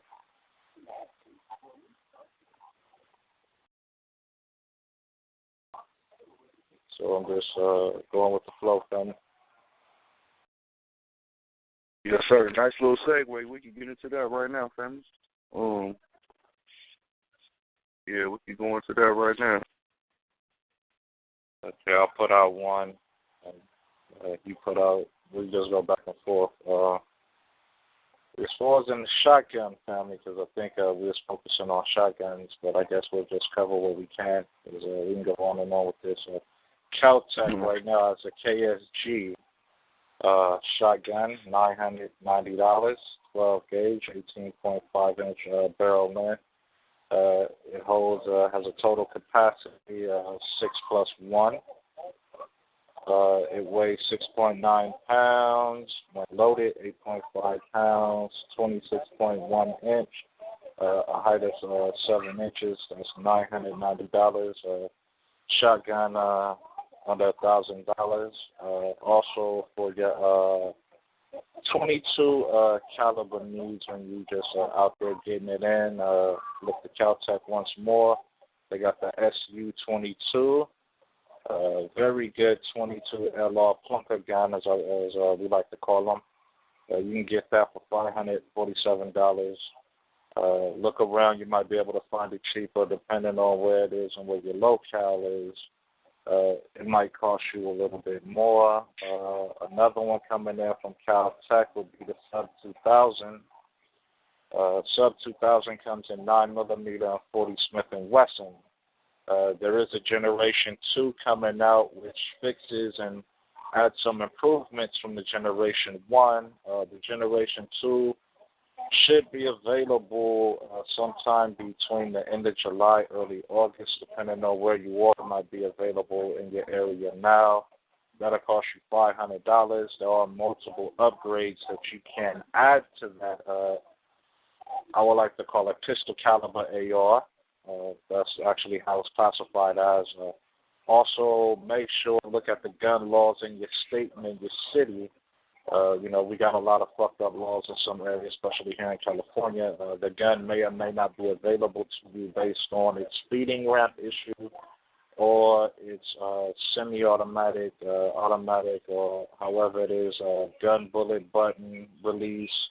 If the button is there, you have to use a tool, or you could just, that's another thing I want to cover. Excuse me, I didn't mean to jump over. But if you have an AR and you live in a state where you are required to have a, what is it called, the bullet button. What this is that they remove the clip ejector, and it makes you have to use a tool to eject the clip. To get around on that is to buy the magnet. It's a little magnet. They sell them for whatever the gun is, but specifically for that make and model. It is illegal to have it, but as long as it's not on the gun, you know what I'm saying, when they come and you get searched or you out in the public, they cannot arrest you for it. It doesn't mean that you can't have it. It just means that it can't be on the gun while you out in public. So that's one fix to that. They also have a ring that you can put on your finger with a gun release, with a clip ejector on it as well. So you want to find whatever's best for you depending on your locale and where you're at. Smith & Wesson also has a good, in the MP line, a 22 AR out there for getting your plunkering in for all your 22 caliber needs. Yeah, the MP 15-22. I actually recommend that for the family. You know what I'm saying? It's a real fun. Get it in there. You know what I'm saying? Yes, sir. Mossberg also has one. Mossberg makes more than shotguns nowadays. Unfortunately, with the Mossberg AR, you cannot switch out the upper railing or change the caliber due to the fact that the way that they made it. But it does come in 22 and 9mm variants. I don't think they have a 40 on that one. High Point has a carbine coming in 9mm, 40, and 45. A good 45 AR rifle. Some people say that High Point is garbage, but it's actually a pretty decent carbine. And you could also add on to that. You have several upgrades to that as well, dealing with scopes, clips edition, lights, sights, lasers, things of that nature, extended clips, drums, all at an affordable price available to you. My man is a Glock man. For me, I like the SIG. The SIG is a little bit more expensive than the Glock, but the SIG won't do you wrong. SIGs come in pistols and ARs. I go with the SIG on the AR. They make very decent, reliable ARs, and they also do very good pistol caliber ARs, but it is going to run you in over the $1,000 price range and limit on that. They do have a 1911 by SIG called the Nightmare. It is a wonderful piece of a wonderful tool to add to your gear. I don't know how much I can say or how much I can go in on it. I love it so much. It actually turns me on. But don't really want to get too much into that, but that's just my infatuation on that. You can grab that for about $8 and some change, for between $8 and $9, depending on the customs that you add to it and depending on your area and where you're at. Another good pistol that's up there in the high range is the HK. HK pistols will cost you over $1,000, but they won't steer you wrong. You'll be very happy with them. And as well as the Glock as well. You have another company called F&H. They went out with very good, high-quality pistols and ARs as well. You got the Frankenstein pistol, the 2245 MK3. Look out for that. The good thing that fascinates me about that is that you can do so much with it. It's almost like a Lego gun. Looking at it like that, right now you might find bad reviews, but if you do get one, you do want to make upgrades to it right away off the bat. Dealing with the clip feed issue on the inside, it has plastic parts in it, so you want to make sure you swap out all that plastic for aluminum or titanium. I would say go with the titanium. Also, on your Glocks and on your pistols, you want to make sure you upgrade that spring, you know what I'm saying, to that aluminum guide rod. Yes, sir. If you're using that stock plastic rod, after about 400, 500 rounds, before you get to 1,000 rounds, depending on your pistol, that shit will bend in the shreds. So yes, sir. I could testify to that, Heru. I could verify your claim on that, brother. When it comes to weapons, I got a fetish. They like women and me, so we can go in on this all night. Hey, you keep going, brother. You doing well. I can't do no better than what you doing. You done covered every ground. Keep your eye out for that as well. Also on your upgrades, dealing with, if you got silencers that's legal in your state, compensators, things of that nature, go to the manufacturer, whatever your weapon is, and look up, what upgrades and what attachments you can add to it. And then after that, don't just buy any attachment from any company like that or any upgrades. Make sure that you go with a company that did very in-depth testing of these things and using them under intense high pressures of contents, telling you that at a certain temperature, will the weapon malfunction, or will it cause it to melt, or will it cause the upper railing to even explode or malfunction on you? On that, we have seen that happen. It is very unfortunate that this does happen, but the best way to prevent that from happening is to take care of your weapon, keeping it clean, proper oiled up, knowing your weapon better than you know yourself. So yes, I'm sir. on that. Let the family go on. I was just gonna add on, man, like again, revolvers. Get your little 6-shot. They got nice little revolvers like the Smith & Wesson 38, or you can go ahead and get you they got the Governor. You know, if you wanted the governor shoot the 4.5, I believe it's like a little small hand cannon, and then you got the 44. That could probably run you a little bit over a G though, as you start getting into the. It just depends on the look of it because they get all nice and chrome. I like Smith and Wesson revolvers, man, tested and proved. So most of the stuff I say, family, is because I've been at the range and I use them. So I only speak for what I've been using. I love Glocks, like the brother said. So the Glock 21, the Glock that's the 45 cal. The Glock 26 is a small 9mm cal. That's a nice little everyday carry. You got the Glock 19. That's my sister got one of those. It was 9mm, medium size, nice little. It fits like a full size in your hand, but the barrel is medium size. Then you get the Glock 17, which I rock with, the full size 9. I rock with the Glock 21 as well, the 4.5. And they got the 40 cal. One of my co-workers I shot it with his ass at the range. That mug go. I'm thinking about getting me one of them mugs, but I forgot the model of it. But the Glock, the 40 cal, that's the one the piggies be rolling with. Smith and Wesson as well. Smith and Wesson handguns. You know what I mean? I like those. The M&P editions. M&P. They got like the M&P 45. That mug's a beast. The M&P 40 or the M&P 9. They even got the 22. You want to get your C handgun, a nice 22 caliber handgun. I think they call it like rimfire or something like that, some shit like that.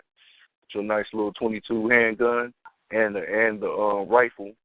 I would recommend that M&P 15-22, like the brother mentioned before, because it looks like an AR. So when he upgrades to an AR, it won't be everything will be the same. It'll be just smooth. It'll just be a higher caliber. That's it. But then it should be an easy transition, to be honest with you.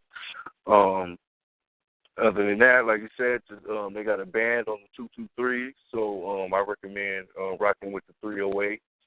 The MP rifles got the nice blackout 308s. I like those because it's a nice big caliber. If you go hunting, you can take something down with that. You can take big game down with that. You know what I mean? And anytime you shoot long range, I recommend to spend money on the glass because you're looking out your thing. You want to be able to see what because you spend cheap stuff, it can get foggy on your lens. You know what I mean? It may not be as clear. It may not have all the range and dial information on the dial. So really spend your money on your glass. I recommend spend your money more on your glass than you do your weapon. It's me personally, but what's it called? So they got the 308, the M&P 10. It's the 308. It's /762. So see what I'm saying? And it's gonna cost you about $1,500 though, $1,800 depending on how you suit that one up. But that's because they banned the 223. So I don't know what city, your state, and all that law stuff. But you might want to invest in that, or just get you a builder. You can build you one from scratch as well. That might cost you a little more money because you can put all the parts on it that you want. But that's always a nice option. But as far as that goes, because this could go on all day, all night.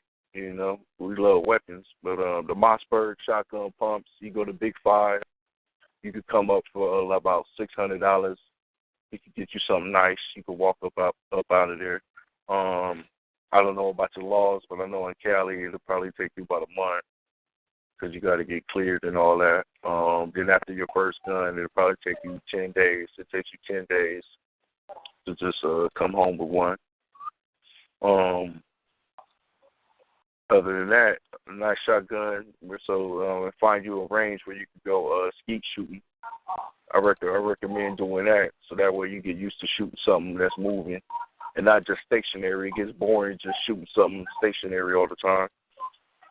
And go to an outdoor range, because the outdoor range, I mean, Cali, you got the Los Angeles outdoor range where the SWAT and the piggies be shooting at, right? And they got like up to 600 yards, so you can shoot up to 600 yards on the plate. Yeah. And then you always start with a 22. I recommend if you're brand new, just to get your the mechanics of shooting down. It ain't just pull the trigger. It is just point and shoot, but at the same time, you gotta because when the trigger pull, that fire and that kickback, you gotta be able to handle that. You know what I mean? So the 22 will get you used to the noise and the sound and the fire coming out. Because the higher caliber you get, the bigger the fire spark out the gun you're gonna get, and the closer the barrel is to your face, that could shake you up a little bit. You got to get used to that. I'm gonna just say it took me about 2,000 to 5,000 rounds to get my trigger pulled down. You know what I mean? Because you at the gun range, you hearing everybody else shoot at the same time. That make you a little jumpy. You got to get used to all that. And the fire coming out the gun, there's just the power of the gun, all that, man. And then keeping focus and hitting your target. You know what I mean? That's gonna come with practice, man. So you want to make sure that you got that on muscle memory. So I recommend to stash away a couple $100 a month, for some ammo. And go play with your toys up there, man. Go shoot about 100 rounds. You don't got to go too bananas. Shoot about 100 rounds. You know what I mean? But concentrate when you're doing it. Don't just be doing it just the first time you're gonna just be having fun with your weapon. I understand that, but after that, really start training, start taking it more serious, start going through your mechanics, start understanding your gun, and clean it after every use. You know what I mean? You play with it when you're at home. Make it, like I said, dry fire. You can put a coin on top of the slide, pull the slide, and make sure the coin don't fall off. And then when you go to the range, use that same technique you were using at home, and see if that don't make a difference on your accuracy. See if that where you point the gun now, it ain't going to where you want to go. Because what happens is when you take it to the range and you don't practice this thing, you pull the trigger, and you're going to say, damn, man, I was pointing in the middle. How come it flew all the way up to the right? Damn, man, I was pointing in the middle. How come it flew all the way up to the left? Damn, man, how come it keep dipping down? Damn, man. You see what I'm saying? So to have that control, so when you're pointing in the middle and it's going in the middle, you got to make sure your stance is correct. You got the proper pressure and the power up on that motherfucker. You know what I'm saying? You got to, it's a lot of stuff you got to do. Go ahead, brother. That being said, when you fire off, because that's what I don't know what you were saying, because you go exactly where you at. When you firing your pistol or your whatever you're firing at the range, always pay attention to the trigger pull, and your hand control. Pay attention to that. Another thing, also pay attention to: are you pulling on the trigger or are you squeezing on the trigger? Yeah, the only way you can get to know that is to get to know your weapon. You got to figure out how the trigger like to be stroked. You know what I'm saying? You got to really get in tune with it. Also, pay attention to that. Once the gun kicks, is your hand, are you pulling to the left? Are you pulling to the right? Are you pulling up? Are you pulling down? You want to pay attention to all of that, because all of that will make you off your mark. Mhm. And you got your red dot. You got to zero in your red dot. You got to take it to the range and zero in your red dot. Just because you buy a fucking weapon and put a red dot on it don't mean that shot is going to go there. Why? Because your mechanics ain't right. You know what I'm saying? Right. So it's very important. But back to like building your own weapon, right? It's called lower assemblies and upper assemblies, right? Your lower assembly will contain the trigger, right? It's going to contain your trigger, and it's going to contain pretty much that's about it. Am I missing something, Hayru? Your magazine, where your magazine go, and your trigger and the stock, I believe. So the butt of the gun. Yeah, it's the lower half. You like Yeah, the lower half. The trigger and the loader. So you can have any lower, right? It's the upper, right? But basically, you want to make sure that your upper matches the lower as well, though, right? But most of them do. But your upper, right? Your upper is what Haver was talking about for your swap out, your Lego style shit. You know what I'm saying? So if you get a lower, right, and that lowers are going to be cheap. The uppers are going to run you like if you want to go get you a 308 upper assembly, that'll cost you anywhere from $700 to shit. You can run it to $3,000 to $5,000 on the upper though. You know what the beautiful thing is? Ain't no serial number on it. It's yours. It's your own custom weapon. You know what I'm saying?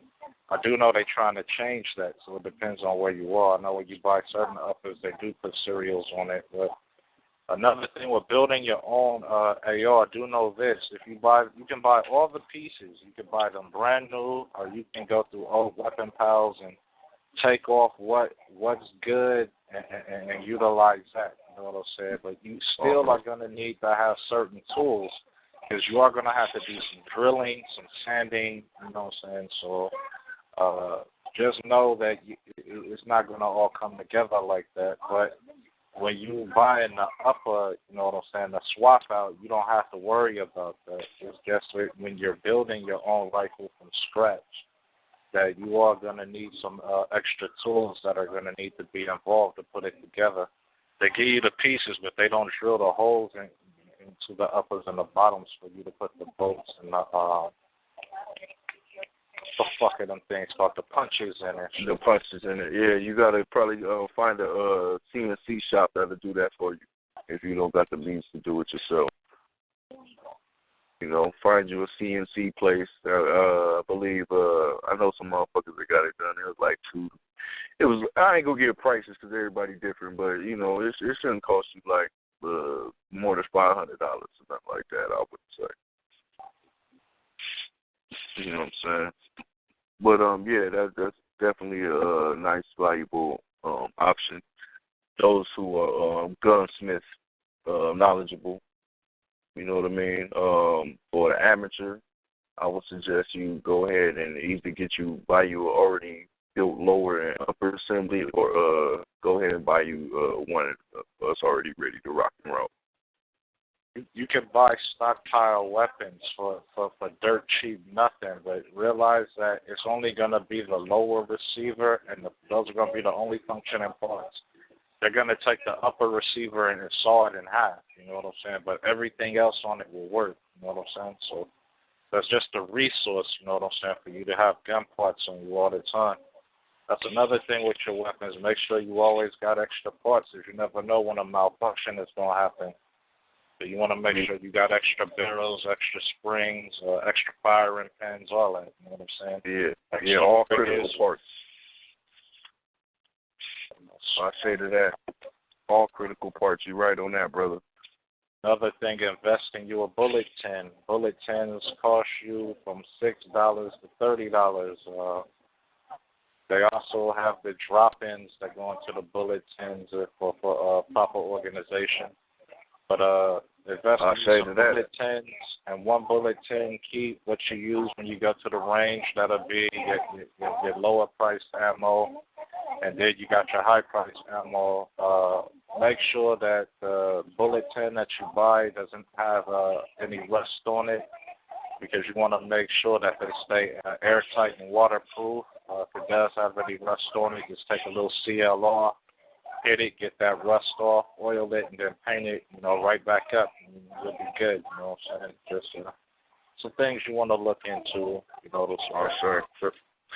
just like, motherfuckers say, one ain't no good without the other, so you got all the guns in the world, but you ain't got the ammo and the gun, and you ain't got the right gun and the right ammo. One is no good without the other, so keep that in mind. I say to that, what he's saying is so true. So what he's talking about, well, high and low ammo, what he needs is a full metal jacket versus hollow point. Your hollow points you don't want to be wasting, because, if you got to use them, what happens is a hollow point won't really go through walls and shit like that. See what I'm saying? The Full Metal Jacket one would. So you take the Full Metal Jacket ones to the range, you know what I'm saying, and practice with that one. You know what I mean? Then, you know, you got to also take some hollow points up there as well, like the brother said, to know what brand that your gun like. You know what I'm saying? So you got to try different brands, and once you try all the different brands, you know, you see which one your gun likes. Stick to that brand. Don't feed it nothing else. Feed them only them pellets right there. Only get them pellets for that gun. You know what I'm saying? And then, what I said, family.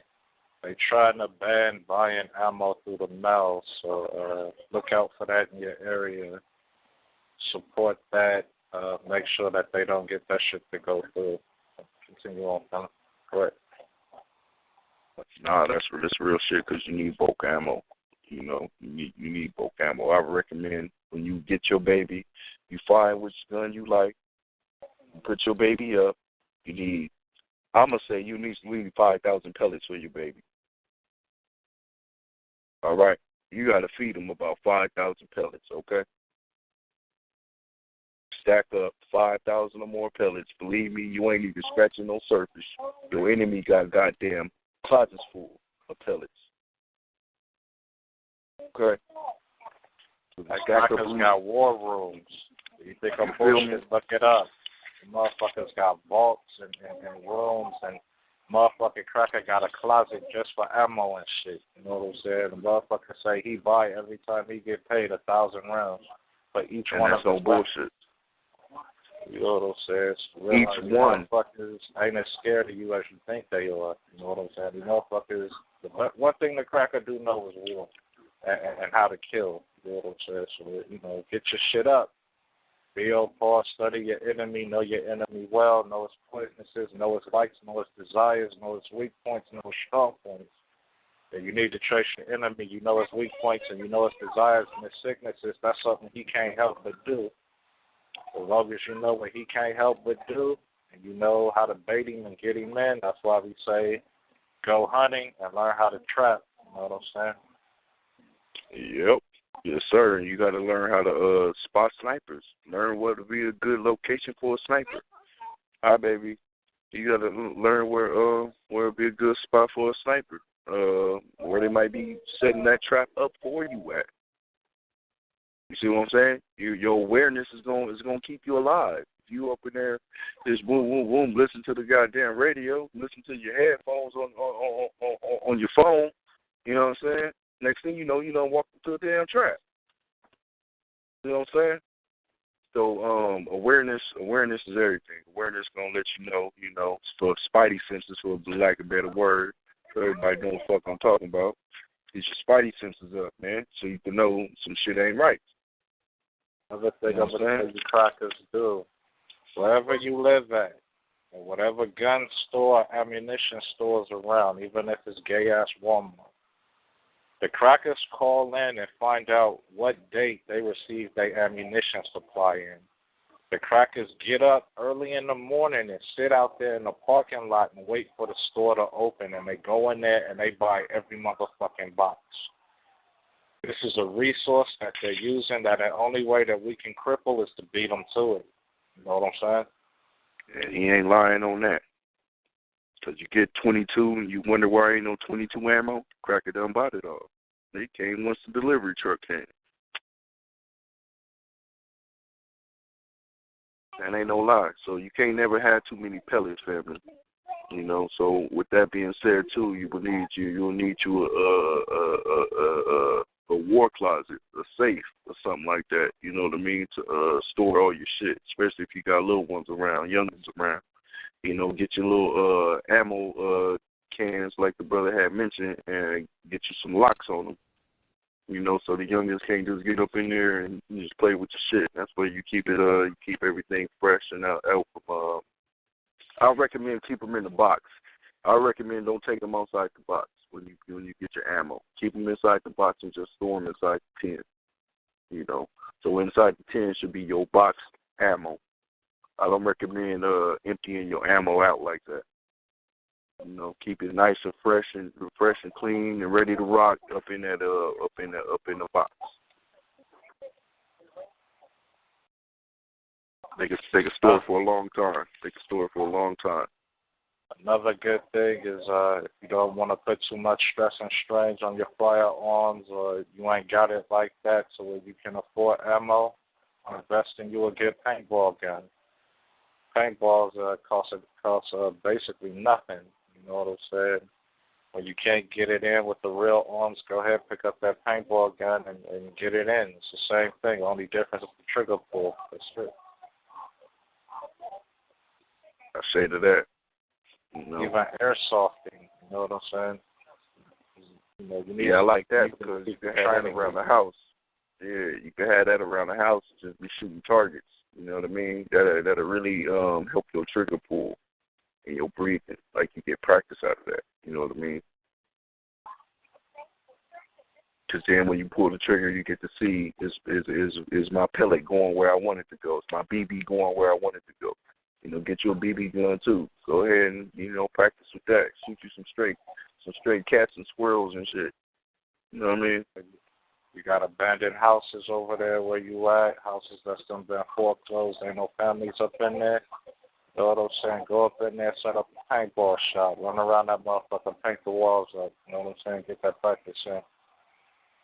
Yeah, shoot a little BB gun, shoot you some cans and bottles and shit like that. Shoot that in the back, you know, just get your aim up.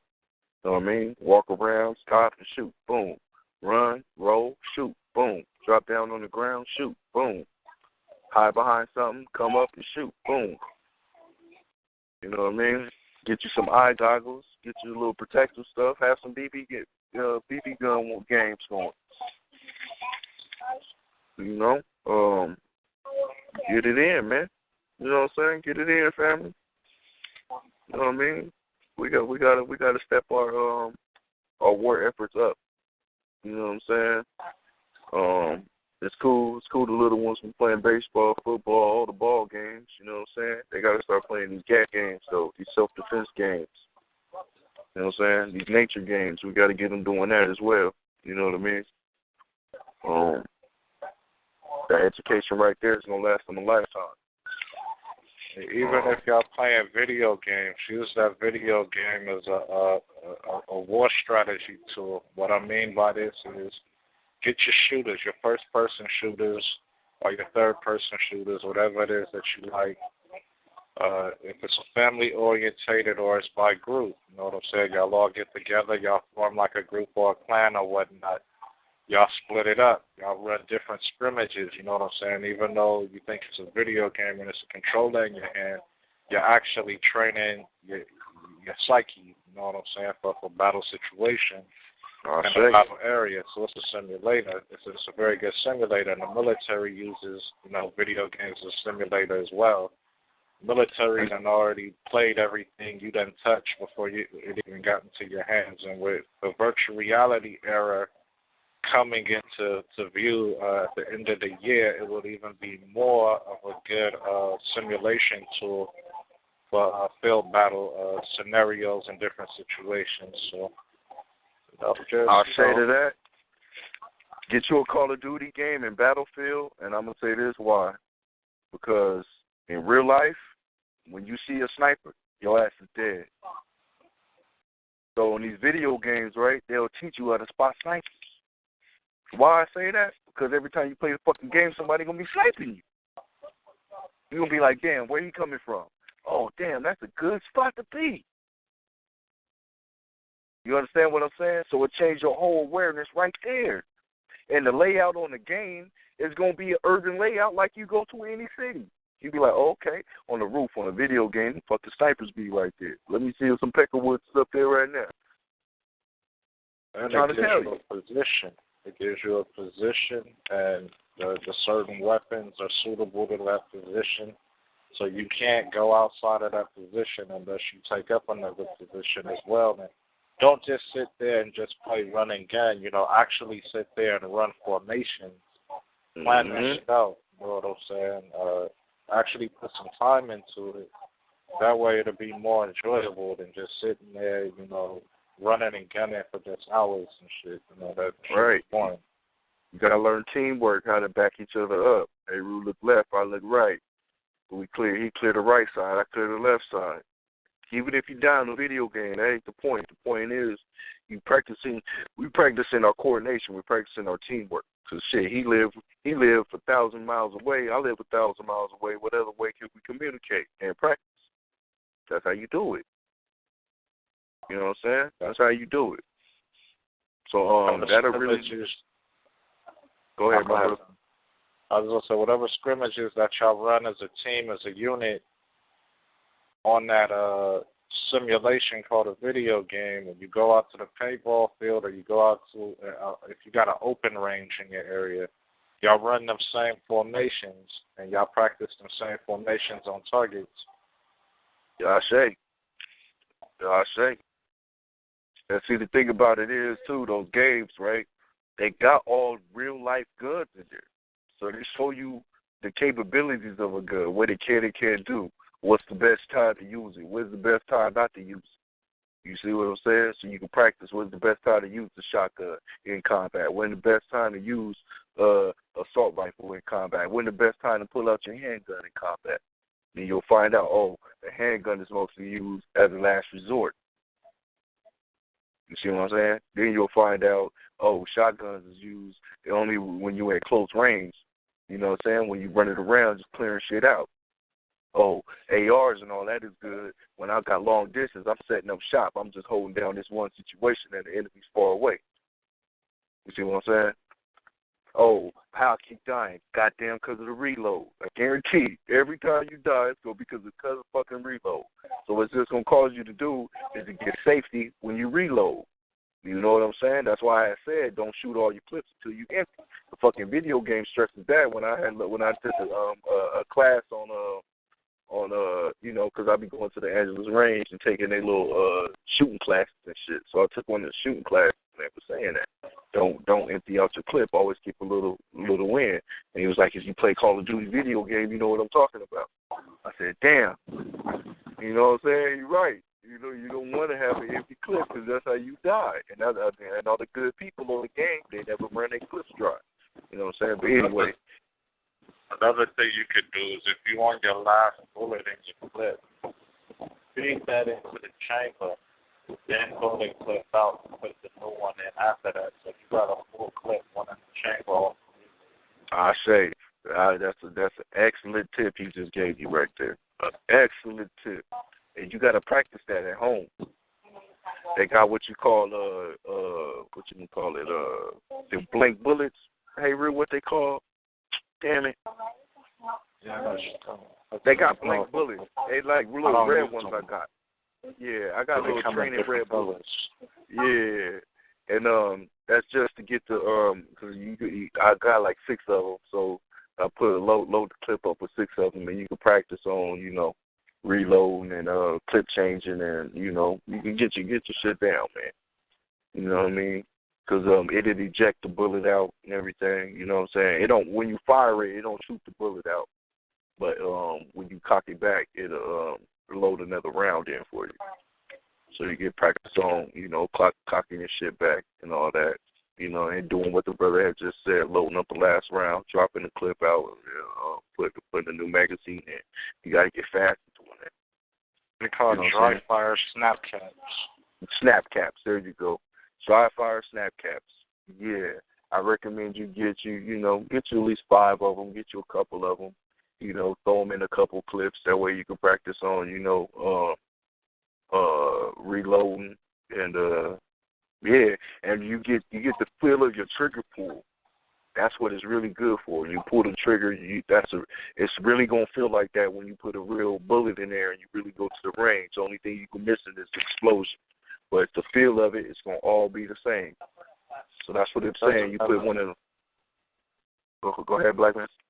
There's another thing I wanted to go on it. When you buy certain pistols, be aware of the trigger pull. Certain pistols made by different companies, they don't have a safety lock on them. What it is, the safety is the trigger pull.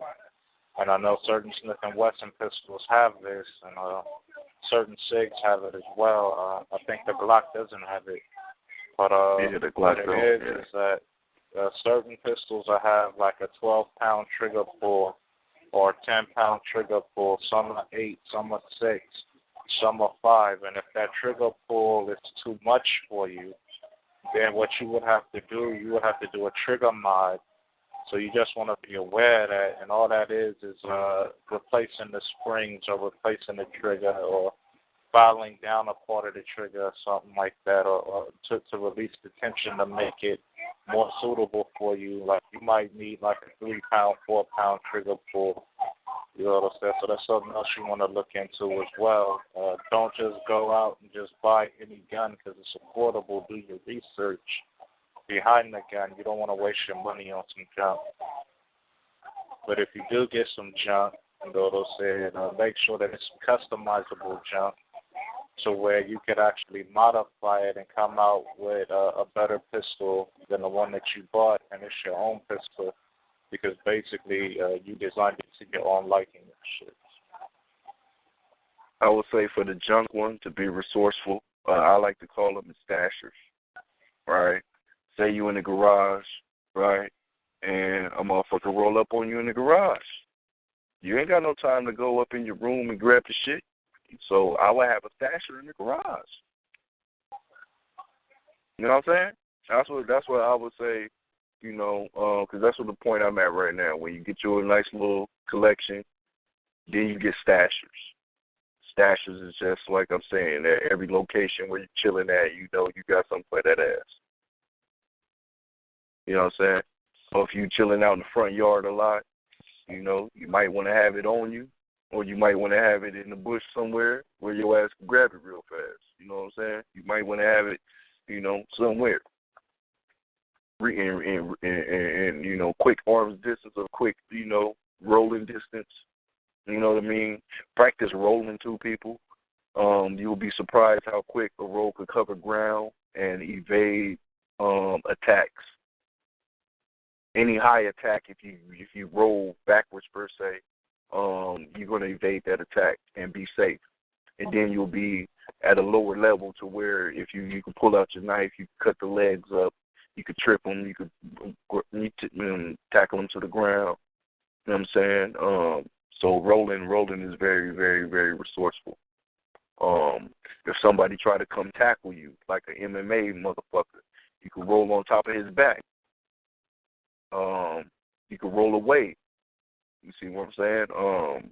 Rolls are very, very, very resourceful. Those who are nimble enough and skilled enough to pull it off. I'll say practice a roll. Practice learning how to fall and get slammed. Say you do get slammed. What's the proper way to get slammed so you don't break your arms and everything?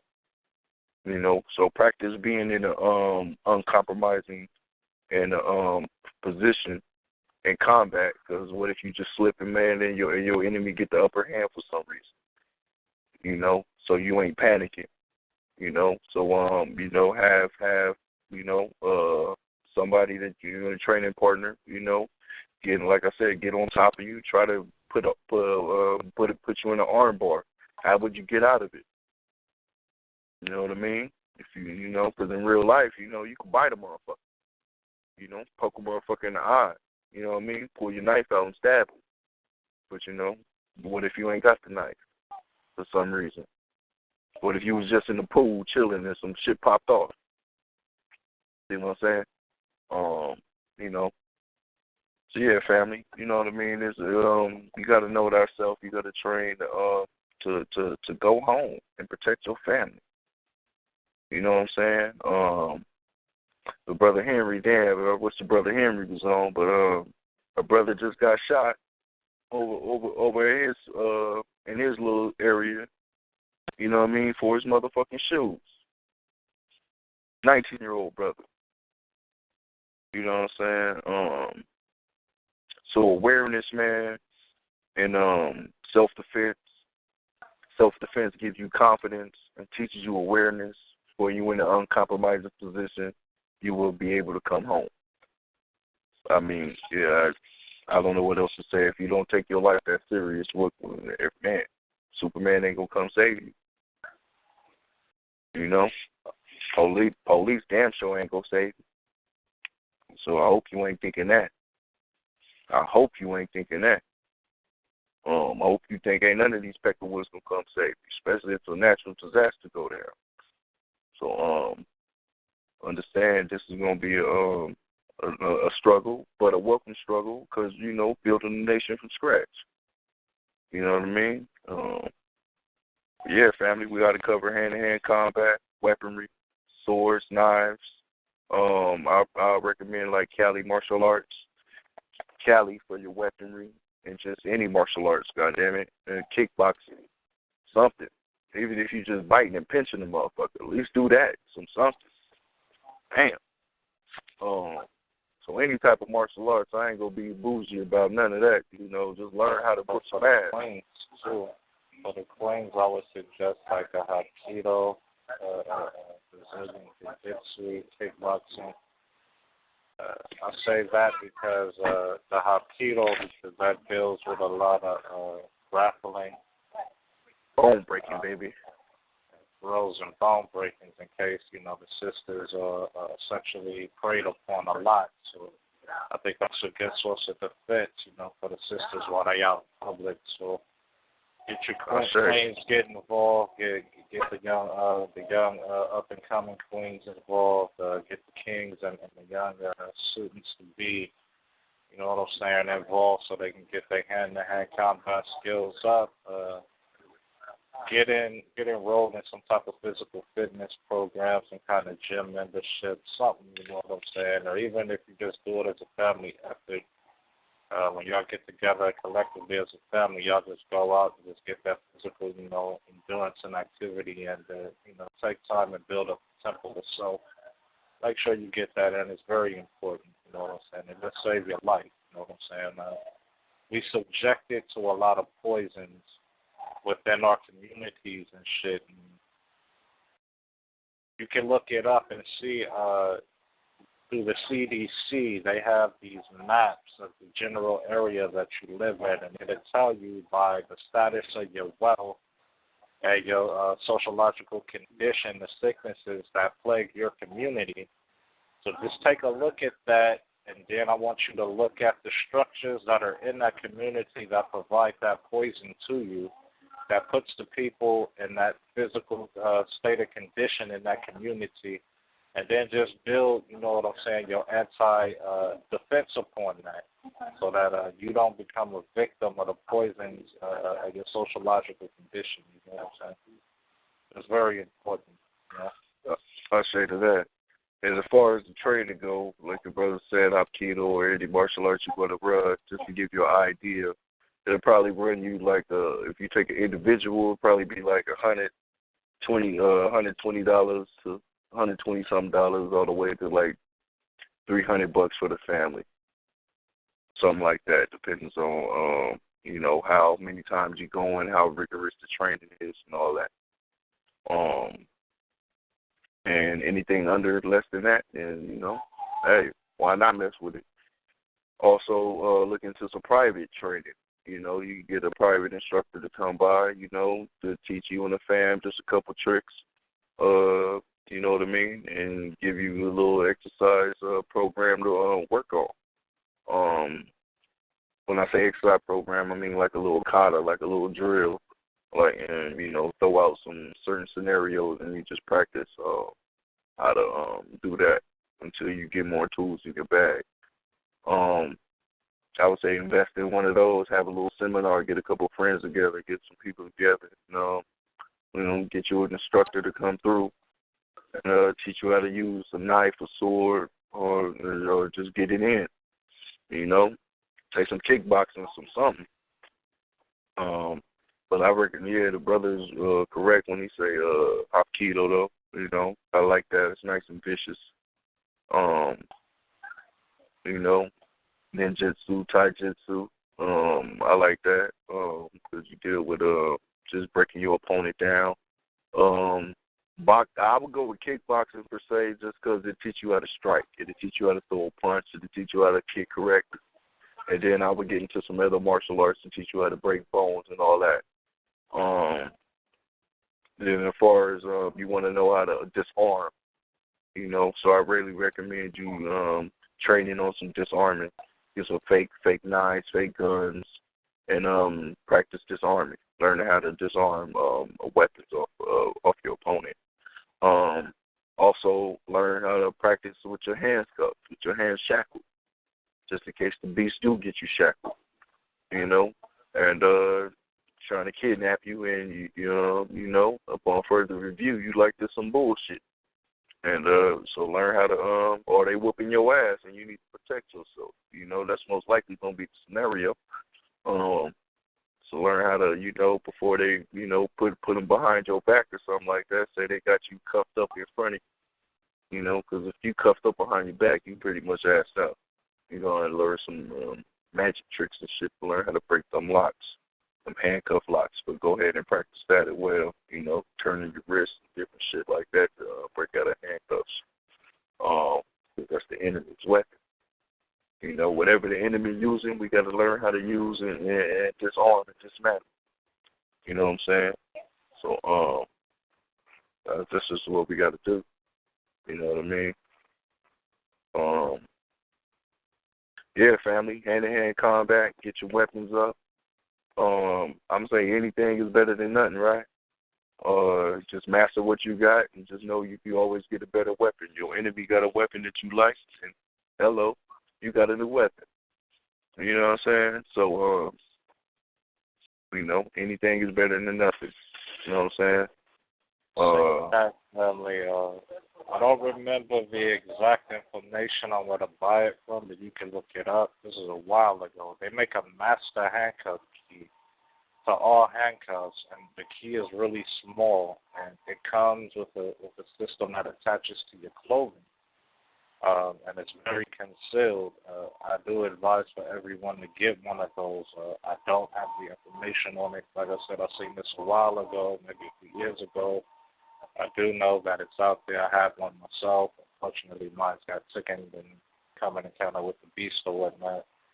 But get one, practice being handcuffed with your hands behind your back and being able to use that key to free yourself. Do know if you do get caught with the key, it is an offense and shit, so, but it's also a good tool to have, within your utility kit and on your person at all times, because they're always trying to kidnap us and shit. So. I say to that shit. You know what I'm saying? Yeah, man, they have some contingency plans, like, man, if you do get kidnapped and got to die and escape from the kidnap situation, where you going to hide out at? Where's going to be your new chill out? You know what I mean? So always think about that. And also start being aware of who feeds you. Make sure ain't no trickiness going on in your food. You feel me? And for the queens, make sure you ain't getting Bill Cosby. You understand what I'm talking about? Oh, it's one thing we left out. You got the information on that. Know that you can get bulletproof armor from a sell to the public. It won't be of the same high strength grade as that. That's not sold to the public, but it's out there for you. The plates come in different grades, different calibers of the impact of the bullet that it can take. When you go up each grade class to a higher caliber, each plate does cost more money. I think you know the name of everything. You might want to put that out there. I remember we went over that. That's something important that I think the family has access to. Yeah, you're absolutely right. They got the the hand cannon caliber ones. They even got ones for sniper rifle, but understand that your weight is gonna be the heavier thing you go, the more weight it's gonna be. So be aware of that. But they got light ones as well. That's the ones I'm trying to invest in. It's gonna cost a little money, but something better than nothing. It's light. It weigh about 3.5 pounds per plate. And it'll help you also float. It's kind of be a life raft as well. So I'll look right now. I forgot the name of it, but I'll try to get you the name in a little bit right now. That's a vest as well, and on top of that, the load bearing equipment, meaning you need a vest to hold your AK clips, your AR clips.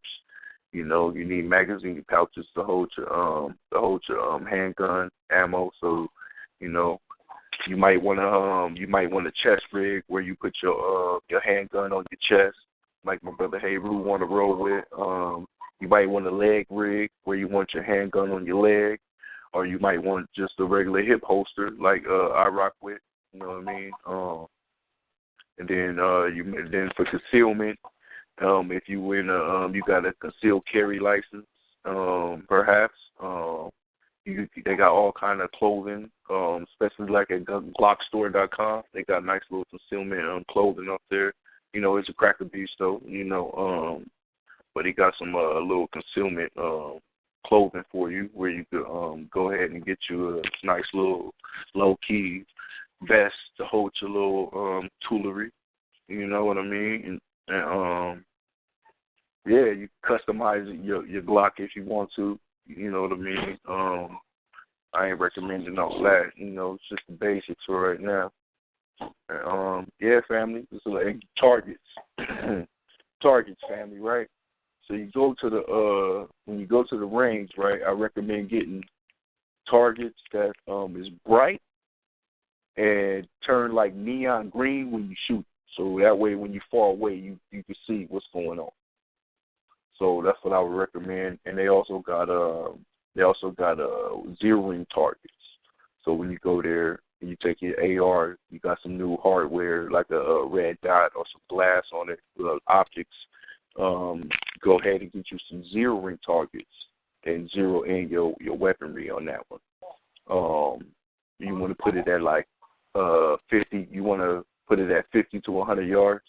I recommend 100 yards. You know, you zero it in at 100 yards. Your AR, that is, you zero that in at 100 yards, and you get that in. 50 yards, I zeroed in my handgun with. I got my handgun, my red dot zeroed in at 50 yards. Yeah, and that's how you want to do that. So targets just ain't targets.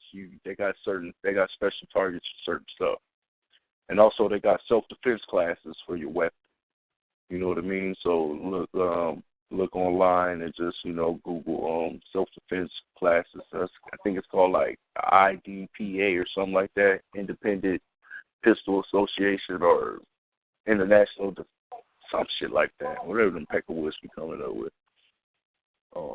They got some shit like that to where now when you join those, right, you go like shooting tournaments to where you could practice self-defense maneuvers, drawing your pistol out and actually shooting, running behind cover and shoot behind cover, and it's like a little competition that you can have to really just to not be rusty, to really get some workout on when the range gets born. Yeah, I recommend you getting into that. And for the long range people that want sniper rifles and stuff like that, look into long range shooting classes. It'll help you zero in your weaponry. It'll help you account for the wind and weather adjustments, and get your accuracy up, man. You know what I mean? So when you can cover Brother 1-on-1, because I'm gonna be on the front line with chop. So, you know what I mean? So I need you to cover, nigga. You feel? Other than that, family, I ain't got too much more to say. Oh, ear gear, okay? You ain't gonna go motherfucking deaf, so invest in some headsets. You know what I mean? Even if you got some Dre Beats, I took them motherfuckers to the shooting range. They work as well. Get you some headphones, y'all. Get you some headsets that wear. I recommend electronic ones. That way, because electronic, it cuts off so when the gunshot go off, it'll clip the gunshot. And when we talking, you'll still be able to hear us talk. Versus if you just get some regular headphones, it's just gonna mute everything. You know what I'm saying? So communication will be kind of harder. So to make communication easier, I recommend you invest in some electronic headsets. And for mobile movement, you probably want some earplugs. But I recommend you have earplugs and a headset. That's what I recommend, especially if you're shooting an AR or something like that. when you're going above the 223, it gets kind of loud. The 4.5 gets kind of loud. So yeah, ear protection, ear and eye protection, always, because when the bullet eject from the pistol, it come back and hit you in the eye. It's gonna hit you in the neck. You're gonna get a little burn, you know what I mean, from the bullet coming out the chamber. So I would recommend having, when you go to the range, have a baseball cap. Because the baseball cap will catch the shells. It'll hit you on top of the shells. The shells will hit you on top of the baseball cap and protect your face. And you have some glasses on, so you protect your eyes. And but some is gonna go down your shirt. Some is, ladies, you probably gonna get some in the breastises. You're just gonna get some burns on your neck. You might get some burns on your arms and stuff like that. So be aware of that. It ain't really no picnic like that. Watch your hands on a handgun, because the slide will come back and give you a slide pinch. So watch your hand position on that. Make sure you use two hands, not one hand. It ain't no fucking movie. Wait until you really got control of the gun. Like one-handed, maybe if you're using the 22 or a small caliber. If you're a big, strong brother, you try one-handed on the 9 milli. And just make sure your aim is upright. Just don't be out there styling and profiling. But you do got to train, like, just in case one of your arms is broken or something. So train one-handed, right? Your shooting position, shoulder width distance. You want to put your best foot forward, your left foot forward, and look with both eyes open. Don't close one eye. Look with both eyes open. In combat, you don't want to be short. You want all your utensils working. So learn how to look through the sight with both eyes. And yeah, man. Train your position. You can lock your elbows, not lock your elbows. I've seen different styles. I ain't gonna be all caught up in that. Just make sure you leaning forward a little bit. You leaning into the weapon, because once you fire that gun, it's gonna kick you back. So you got to get appropriate position. So learn how to fire standing up. Learn how to fire sitting down. Learn how to fire kneeling. Learn how to fire on your stomach. Like the brother I mentioned before, learn how to practice. Learn how to just. I would recommend just going around the backyard or something.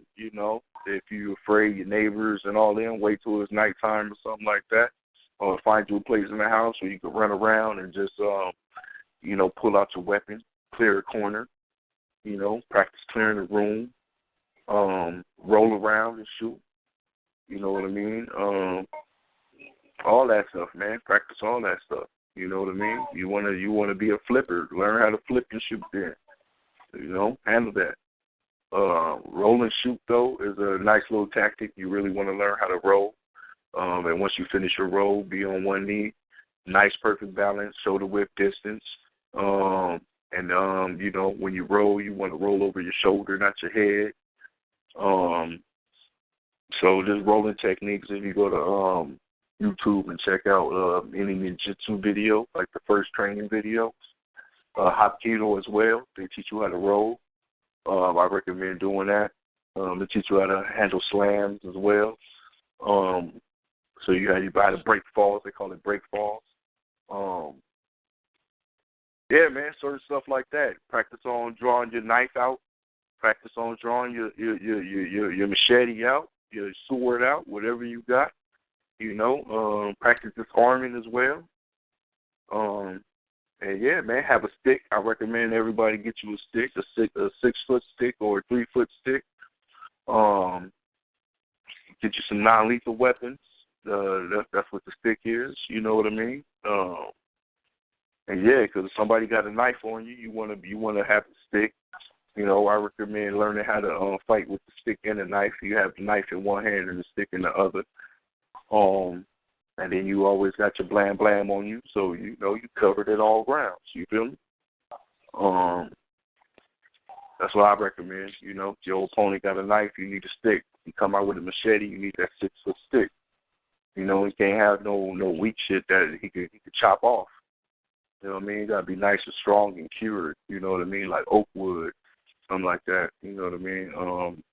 That's why I say like research the Filipino martial arts because they got their weaponry is made for that.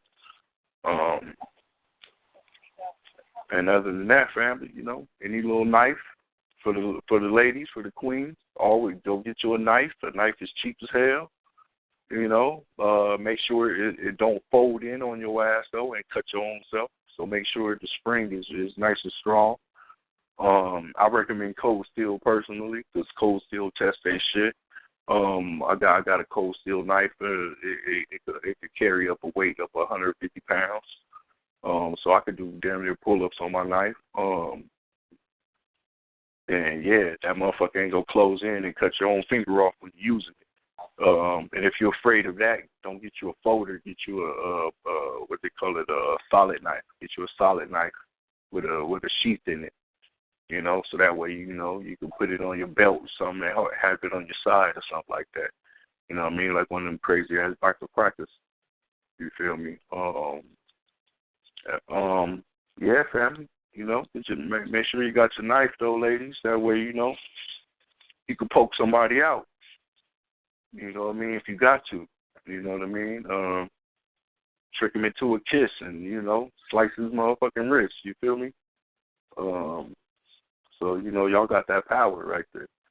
You know what I'm saying? Use it. You know what I'm saying? Don't abuse it, but use it. That's the beautiful thing about the Queen. They got the power of deception. And they can decorate themselves up and use their sexuality or even charm, for that matter, to get close to you, to where you put your defenses and your guards down and then attack. You know, Queens, one of the best examples for that was said to be, you know, Cleopatra. So, you know, let's keep that in mind. I say it again. The deadliest ninja assassins was the females. You know, so yeah, just learn different weapons, y'all. So wherever you at, you know, ladies, y'all in that kitchen, y'all know y'all got knives and little you know, y'all got all kind of weapons on you, you know, and learn how to use them shits. Don't be afraid to use them shits. Fellas, if you're in the garage and only got the goddamn nail gun, well, break that motherfucker out. You know what I'm saying? Utilize what we got, you know, and learn how to take what the enemy got so you can use it. You know, that's the only way. Somebody run up in your house, what you gonna do? Not do nothing because you ain't had no weapon? See? Come on now. So, you know, just gotta always, you might not always have the advantage, so practice up for that. And then practice for when you do get the drop on the motherfucker. Be quick work. You know what I'm saying? And hard work and dedication is how you get everything done, fam. I'll be happy to this little. But yeah, hard work and dedication is how everything get done. And without that, you ain't gonna get good at nothing. So, you know, I'm gonna say it's gonna at least take you about good 5,000 rounds just to get a good feel of a weapon. You know, no bullshitting. And you know, just be prepared. Don't get all frustrated when you go into the range and it ain't going the way you're going. Or maybe it's going real good and you just hitting everything you see. That's what's up. Keep that up. You know what I mean? Then you get good with that and go ahead and start trying to challenge yourself. So that's what I mean. Take those classes. Take those little gun classes and stuff like that, y'all. It'll cost you, depending on what it is. The class ain't going to cost you. What's going to cost you is using your bullets for the class. So the class is going to be like $100-something, right? $200, depending on how many days or whatever it is, right? But it's how many rounds you're going to be using in them days. Like in a class, you could use 500 rounds in one day. You know what I'm saying? And then, you know, next day you're going to use another 500. And that's just from one weapon. So if you're doing ARs and you're doing handguns in one class, you can go through 500 rounds in both weapons. That's a lot of money. You know what I'm talking about? So, you know, you got to be prepared for shit like that. That's going to be That's really gonna be the cost. It's like how many pellets you use. So that's why I'm saying you can't never have too many pellets. Stack up on your pellets, and for pellets, I mean goddamn bullets. For the slang impaired, you feel me? Get you some pellets. Also, want to throw one more thing out. Family, when you're getting it in and you practice it, right?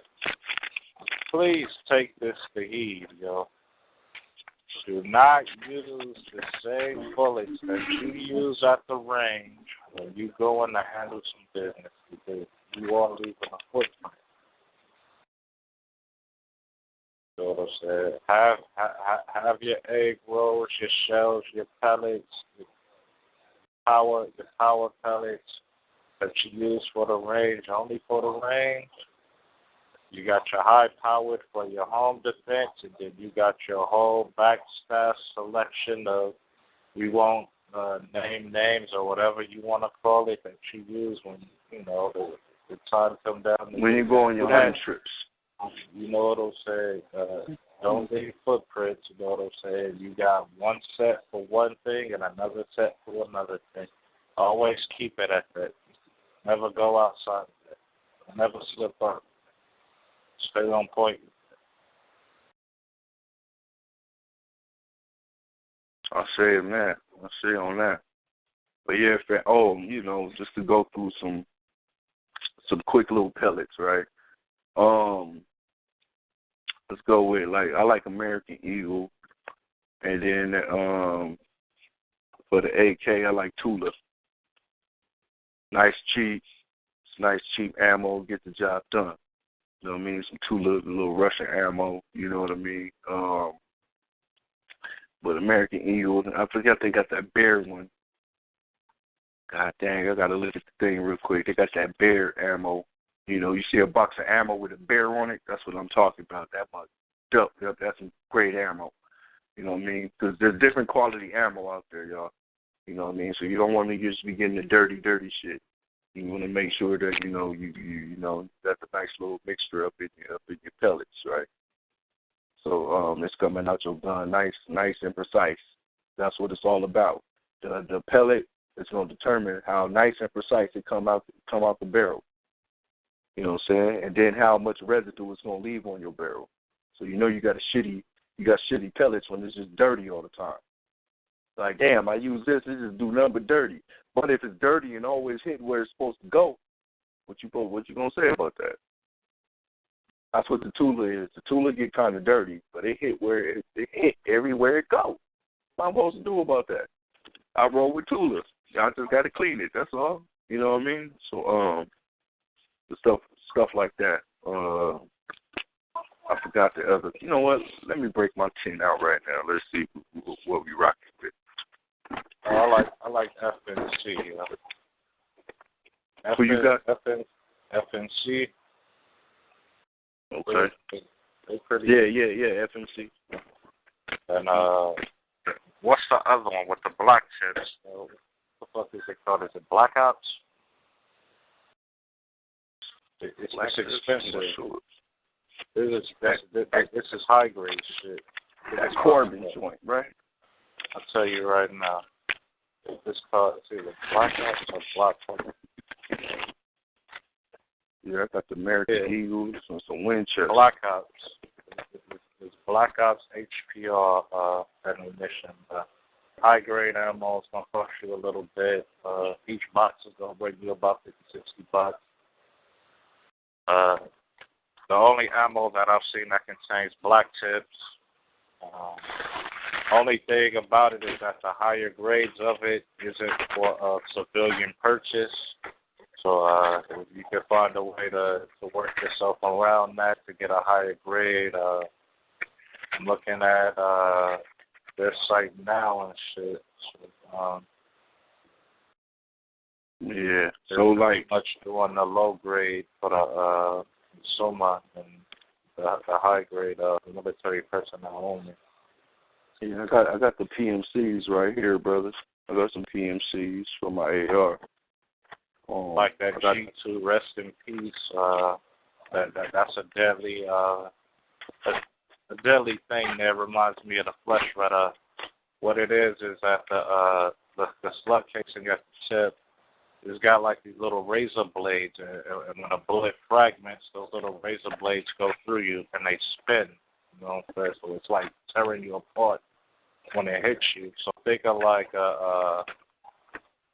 you ever seen that movie? What was it called? Battery Included, with a little floating around ball things, and one of them had like razor blades.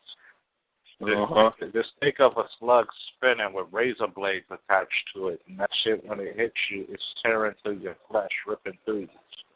Those come in all calibers. They just banned the 223 on that as well, so you're able to get the G2 rest in pieces, and the 9, the 380, the 40, the 45 ACP, the 300, the 500, and the 308. Word. And then, for your hollows, I fucks with Hornady. I'm going to tell you that right now. Family. I fucks with Hornady. You get Hornady hollow point, and you ain't going wrong. I don't give a damn what caliber, you get Hornady. You understand what I'm talking about? You get Hornady. You get the pluses. I got the 45 plus. You know what I'm saying? It's 230 grade. You know what I'm saying? I got the 9mm for the Luger. It's 147 grade. You know what I'm saying? That's as powerful as they come in those calibers. You know what I mean? And for the if you got an AK-47, Arsenal, is a perfect 7.62 pellet for your for the chop. Arsenal, let me tell you right now. Arsenal's where it's at. You know what I'm saying? That's all I'm gonna say right now. Arsenal is where it's at. It's the best. Listen, I don't fire my Arsenal. You know what I'm saying? The Tula ammo, I can't shoot at the range. You know what I mean? That's for Yeah. So, Arsenal, I like it so much I don't like shooting it at the range, so I was just always by the range 30 bullets. But PMCs is what I got for the 223. These are just range. This is just target range. For my all fancy stuff like the 223, I got American Eagle hollow points, and then for the 4.5s and my 9s and stuff, I got Hornadies. That's all I rock with. I rock with Hornadies and American Eagles. Just because my gun likes them, I already tested them all. That's why. What's the other one? The federal grade.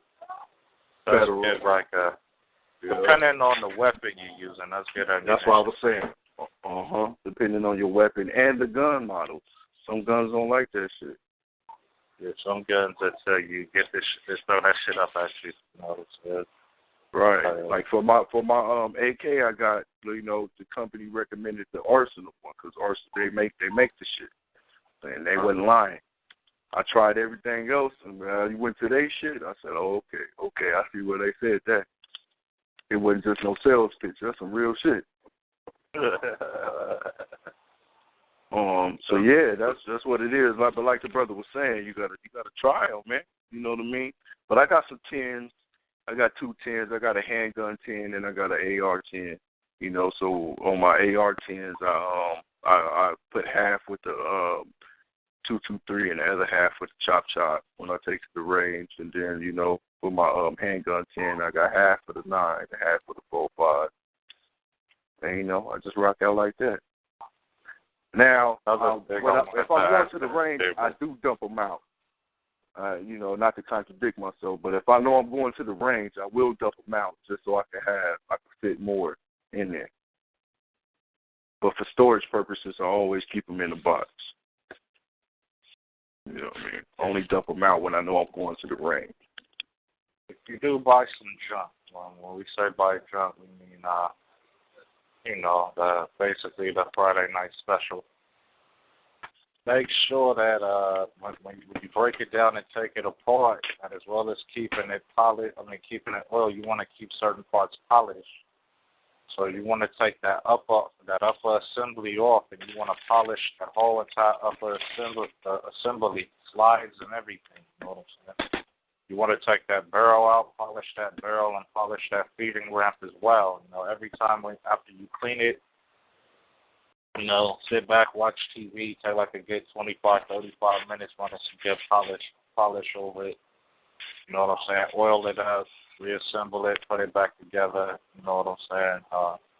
But the Friday night specials are what we would consider, you know, junk. You want to put more into the maintenance of it because you're dealing with something that was built more than likely to malfunction or fuck up on you. So, you know, but you could turn that around dealing with modifications and putting, you know, a little time and love into it and making the gun your own.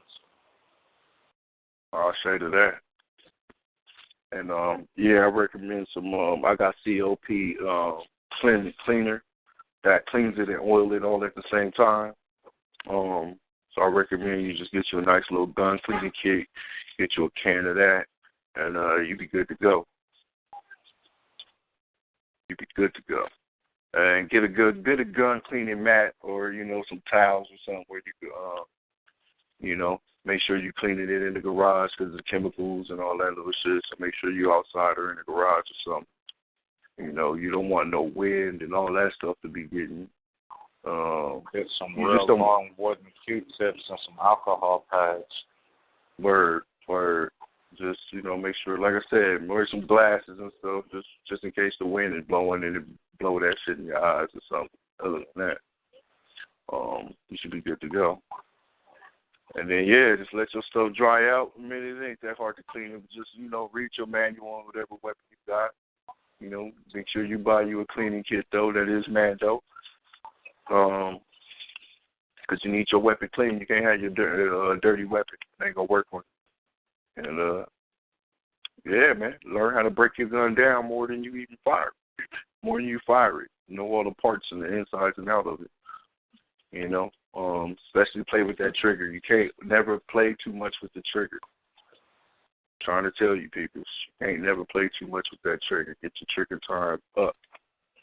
You know, you walk around the house, just man, fire that trigger. You know what I mean? You on the phone, fire that trigger. You know, dry fire in the house all the time. You know, every time. And, yeah, they got different stuff, too, where you can get, like, a stuff inside your gun where they shoot out a laser. So if you inside your house, you could practice. You could really practice gun control. You know, if you got a little bread on you, you know, I recommend investing in one of those, man. You know, I forgot what it's freaking called off the top of my head. I just had it on my head, too, and freaking forgot it. Damn it, man.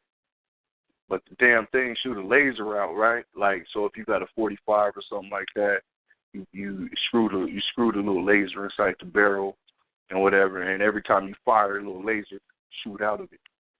You know what I'm saying? So that way you know if you yanking, if you know what your trigger is doing, what your trigger play is doing, and then you just get little targets up around the house and just go ahead and play. You know what I'm saying? The little round with the laser in it that you put into the chamber. Exactly. You remember the name of that, man? Laser. Remember we were talking about calibrating. That? Yeah, let me pull that up. I thought that was only calibrating. Let me pull that up real quick. Yeah. You can buy it in the kit for all calibers and shit, or you can just buy one for that specific caliber. It's called the Sure Strike. One of them is called the Sure Strike. It's like a laser, www.laser-ammo.com. All right. It's called the Sure Strike. The Magic Bullet, right? So it's $160. Yeah, and that should have helped you, you know, get your little trigger pulled. You can play inside the house. You can get the kit. The kit is $135 on Amazon, and then if you buy them per caliber, the price changes. I'm looking at like $89 at the low, but I know I've seen them for less than that. You just got to look around. Look around, right? Yeah. But generally, that's what you're gonna be looking at. Laser Light's another company that got them. They called Laser Trainers.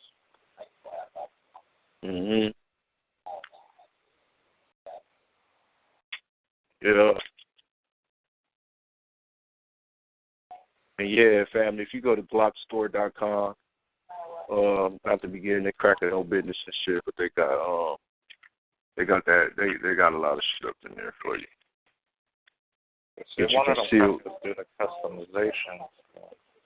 Yeah, I was just No, meaning more it. for the concealed. Yeah, they got a lot of barrels though. You know what I mean? They got a lot of shit there. That's the same site, glockstore.com. You'll see it in the corner. It's like Glock Custom Flies. They got like pillows where you could put your strap in the pillow. You dig what I'm saying? So you're chilling in the living room. You know what I mean? You know you're good to go.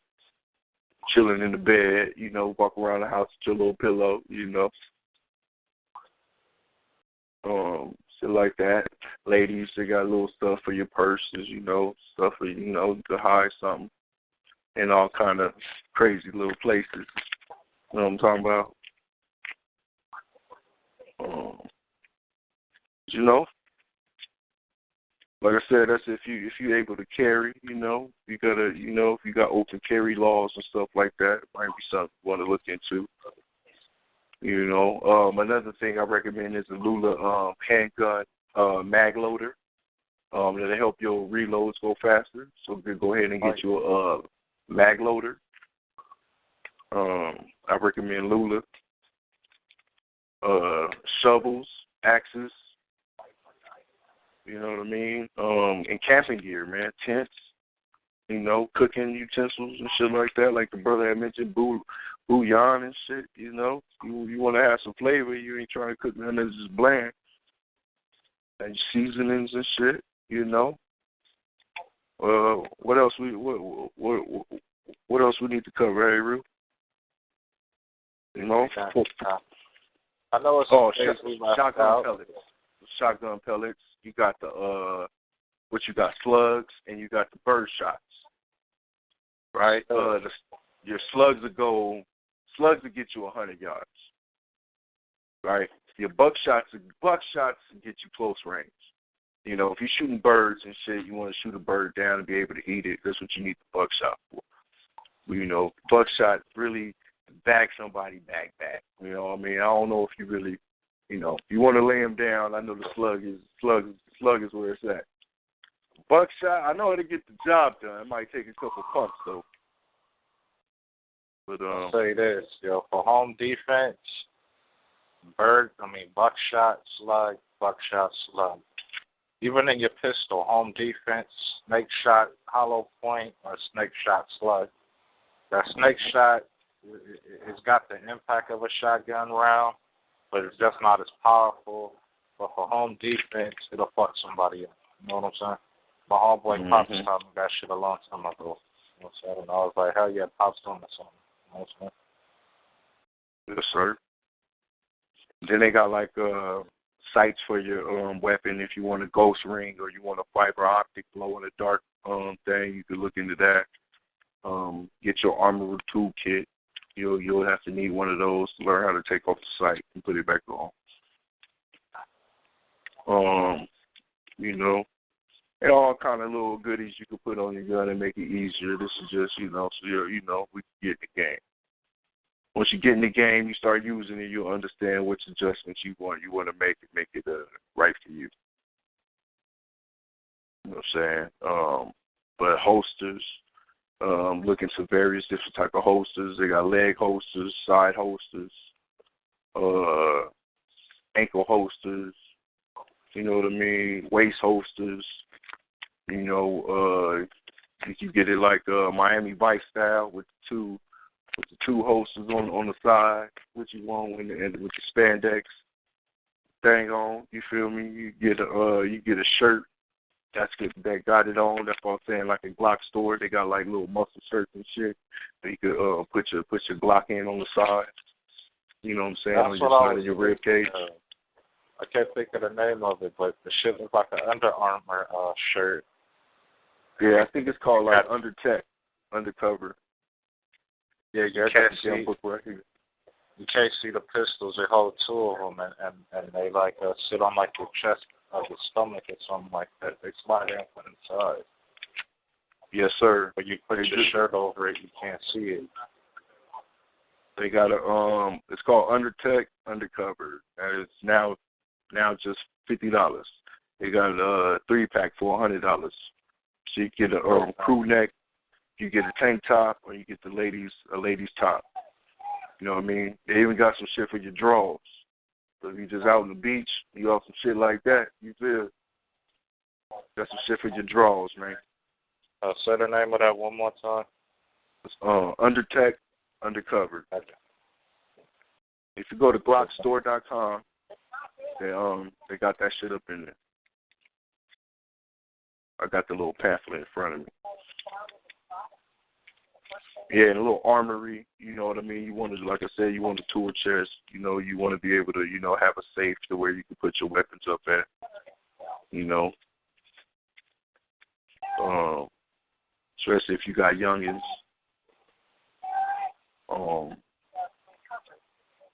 That's about it, man. As long as you got some oil, you know, some headsets, like I said, some electronic ones. That'll be the best option, but if not, just anything. Shit, if you got some Dre B headphones right now, I know they work. As far as finding a place and taking like an AR class, you know, like I said, classes can run anywhere from $120 to $300, depending on, you know, what's going on, what's being taught. And so it ain't really the price of the class; it's how many bullets you're gonna be shooting during that class. You might want to, you got to check into that. And try to take classes to where you got to wear all your gear, you know, so that way you shooting and running and doing all that and all your gear fully loaded, you know. And the queens, don't be scared to go take some of them classes and get out there too. You know, get your backpack, you know, a bug out bag, like the brother said, with a water bottle on it. Just look at your local, any kind of survival camping store, and they should have something like that for you. All right, I'll try to find that thing real quick, brother, so I could give them at least an example of what that name of that company. There it is right here.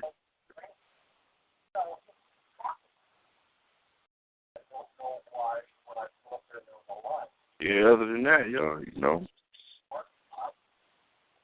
everybody do what we got to do. We get our freedom. What the mug is called, what the backpack is called, Camelback Hydration Pack. All right?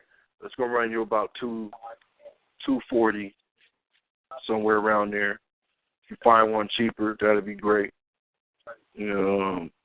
But you know, it's a little backpack that should keep your ammo, medical kit, stuff like that out. You know, say you got to go on a patrol, you got to go check some shit out.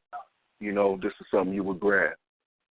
You know, you would grab this backpack, got your medical kit on the side in one of the pouches. Then you got your ammo in one of the pouches, and the back of the backpack is just, you know, it's a hydration pack.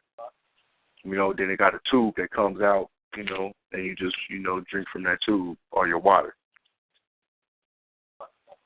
And it holds 102 ounces, so that's 3.1 liters. It weighs up to 4 pounds when it's full. So, you know. So much shit that we can go into, and there's also so much shit that I would like to go into, but due to this platform, we can't go into. Like I said, some shit is best left for the Underground Railroad. You know, on that no doubt trip. You got to get a ticket to get on board that ride. So, you know. Right. Just, you know, in generic, you know, search for some med kits. You know, search for some dry food stuff, y'all. You know, stuff like that, man. Just do what you can. You know what I mean? They got like this some shit called Black Hawk emergency rollout kits. Cost like $50. You know, get your stuff like that. yeah, like the brother said, there's so much stuff to go into. You know, we'll have to get back into that on another show. But definitely want to get a vest, you know, like load-bearing vests to catch your AKs, your pouches, your magazines and shit like that. About it, family. Your gear, make sure, like the brother was saying, you got your military gear, some pants, some fatigues on, you know, some boots, you know. Don't be worried about your damn J's and nothing like that. You need to, you know, get that real workout. You know. I think they call them like BDUs or whatever. They call them like the gear, like the pants and the shirts and shit. You know, like rugged gear for you to wear. You know. Yeah. There's some good tactical Teflon here too. It's going to cost you a little bit more, you know what I'm saying? It's going to be needed out there when you're on that war front, you know what I'm saying? Especially when you start dealing with higher fractions of the alphabet game and shit. Yeah. They call them, I think the technical term is ballistic vests. I want to research into that. We got helmets as well. You know, where you got to protect yourself. Learn how to build an EMP, family. You don't know how important that is. The ones that the instructions on the do-it-yourself that you can find are on a small scale. But once you get that knowledge down packed, you can take that and you know, add on to it and put it on a larger scale. The effects of an EMP is endless, you know what I'm saying? Get a bird on you, you got a nice size EMP, you'll watch that bird fall right out the sky, you know what I'm saying? The new cameras they got on their shit, launch an EMP, watch their car and all their cameras shut down, you know what I'm saying? This is shit that they're not prepared for, you know what I'm saying? Yes, sir. You got a neighbor get on your nerves, always playing loud-ass music, launch that EMP, plug your shit up, you know what I'm saying? Make the speakers pop, you know what I'm saying? You all know what the fuck happened, you know what I'm saying? It's, you know, shit that we need to build on.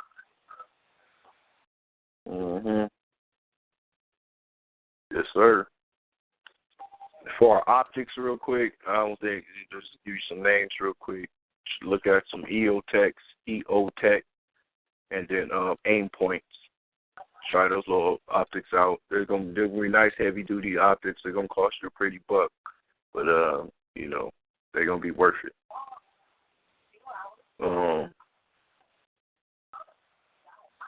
As far as that, you know, anything else is, you know, it's up to you, fam. You know, brothers don't need to tell you how to dress. You know how to dress. You know what I'm saying? Make sure you just get, you know, stuff you need, all family. Stuff you need to protect yourself in this wilderness out here, man. You know, be able to protect yourself at all times. Also, bear with the family on that grow or die. That's also another very important element for survival. Just like another brother, what's that, Brother Jabari, just as well. He got his program,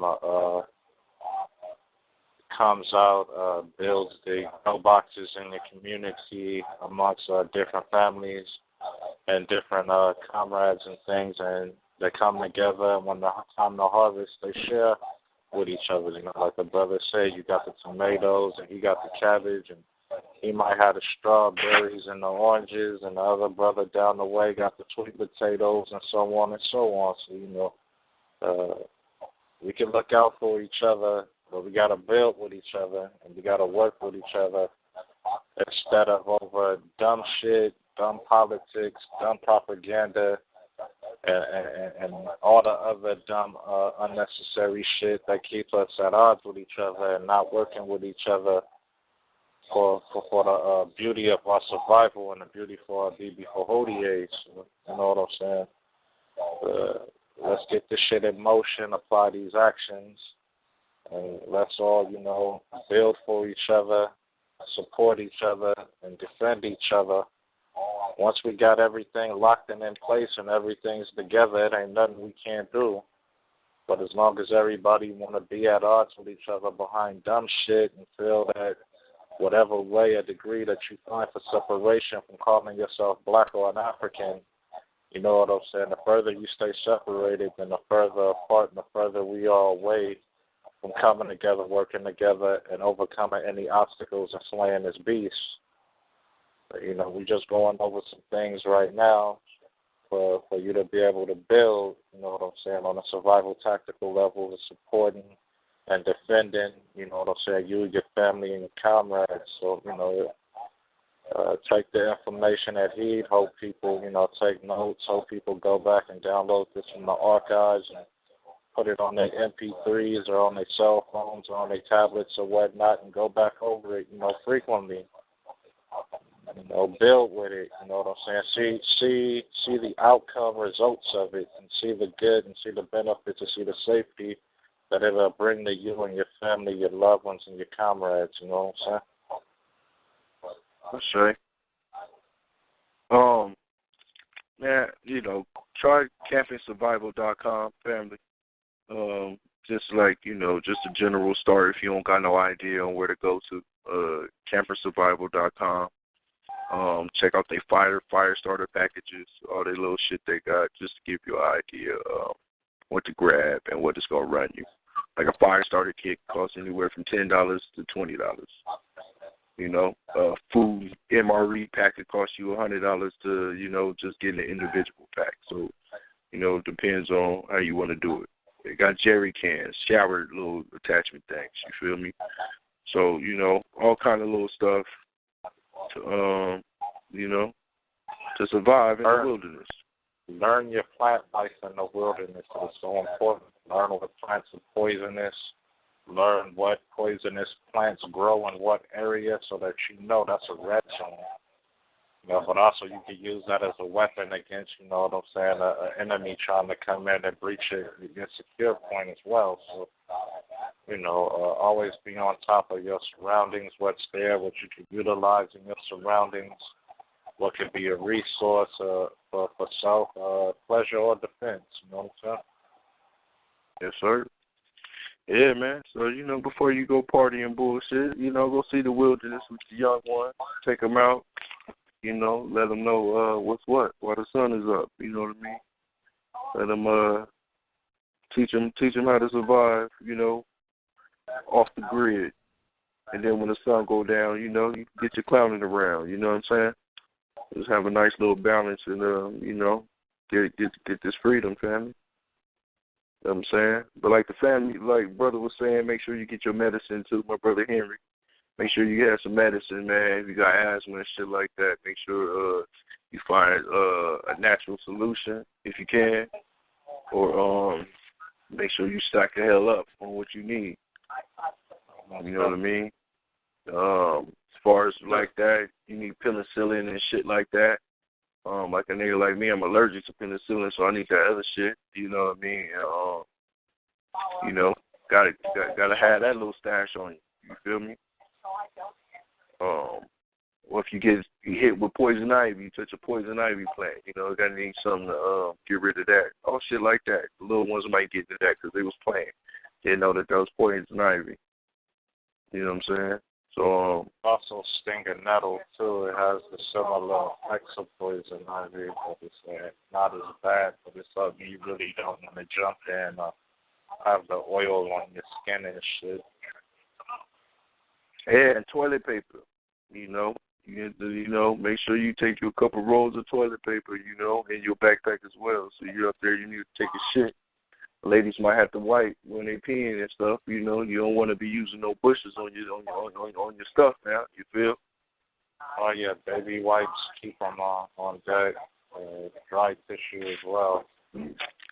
Wet wipes, sanitary napkins, vaginal cleansing cloths for the queens. You know what I'm saying? Pads for the queens. You know what I'm saying? Make sure you got all that on the resource. You can't leave out between toiletry and her freshness as well. So Yeah, and you might have to, if you got a little one, you might have to pop the titty out, get old school with it. You feel what I'm saying? So,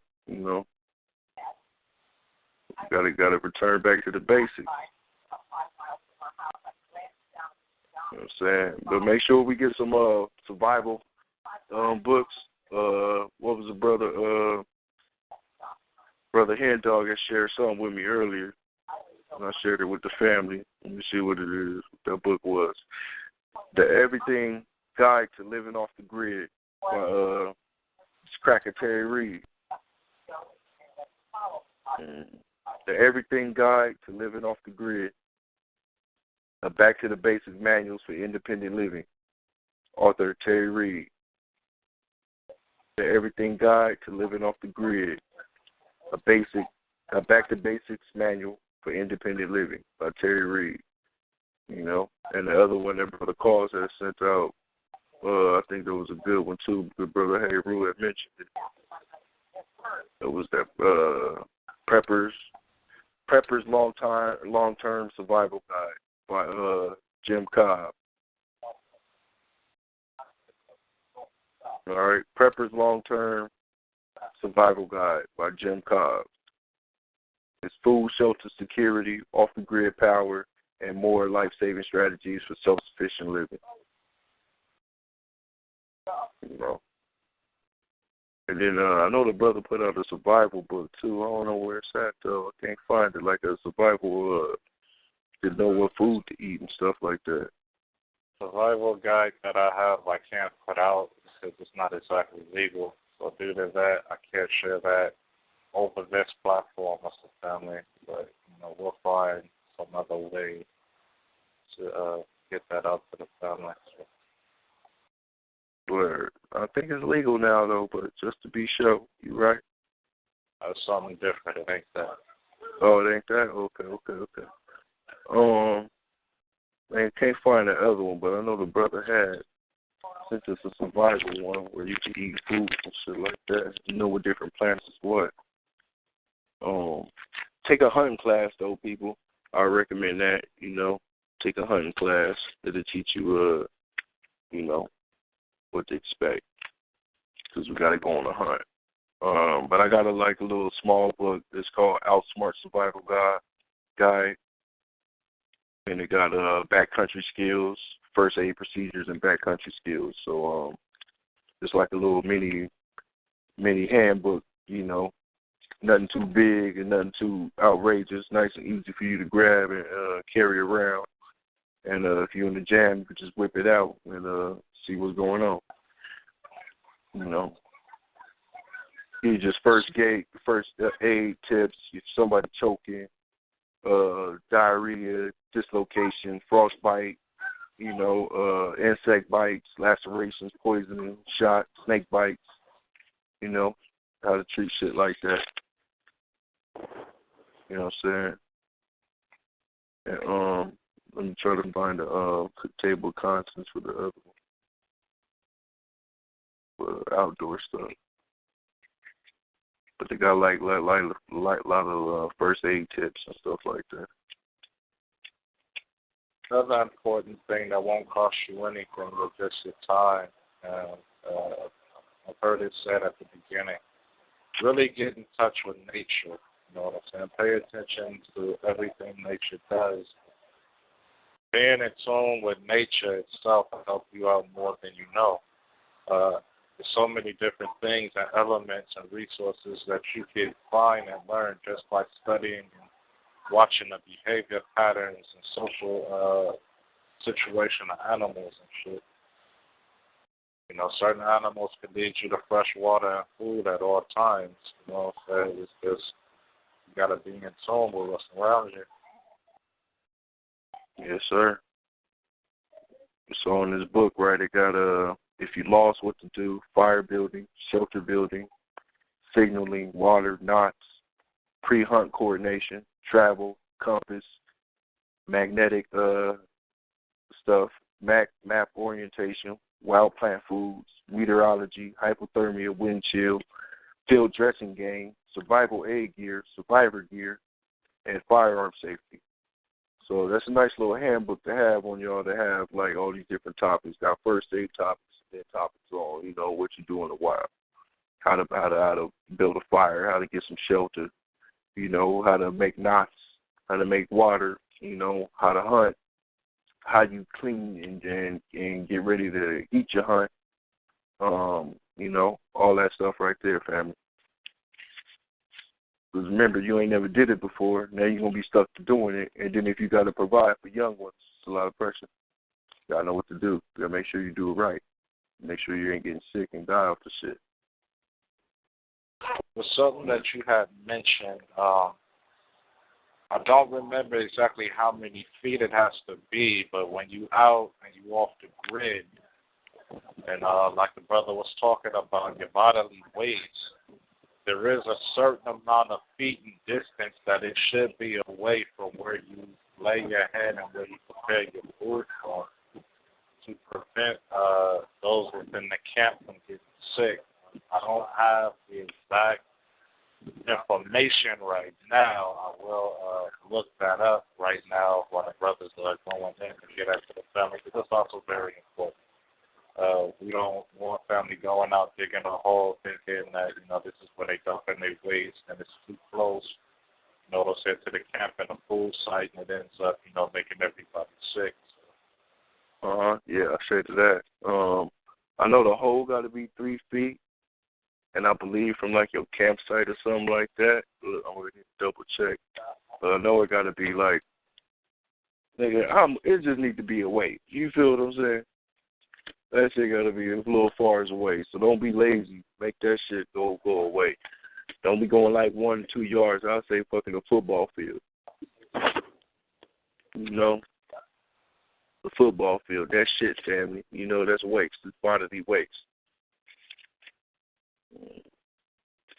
I'm looking for that hunting manual. I got the hunting manual. It say that exactly what you're talking about. Fucking paper all over the place, though. But yeah, you do some research on that. Because the brother's right. So that's highly important. But I know the whole, at least 3 feet or further. You ain't burying no body. And shit do turn into fertilizer. So you just want to make sure you cover it. You cover it nice enough. It ain't in no well. It ain't with no drinking resources. You ain't shitting in the river or nothing like that. You know what I'm saying? Yeah, it's common sense, people. Common sense. Don't be no dirty cracker beats and shit. You know what I'm saying? Find that info. Hey, Rue, you got the technical specs for the people? I'm going through it right now. But I'm just on some general. Feel me? You don't want to be all close. But so first aid tips. So the queens, get your first aid up for your king or kings. If you about that, go ahead and get your first aid up. We need you on the battlefield. Nigga, I get shot or something that needs you to patch a nigga up real quick. You dig it? So we need our nurses. We need all that to be popping. How to stop bleedings and, where to put the gauze at, how to make the gauze clean. So shit, I ain't getting gangrene. Go to www.freeze, that's FREEZE, dryguy.com. Once again, that is www.freeze, FREEZE, dryguy.com. Purchase the M17 Medic First Aid.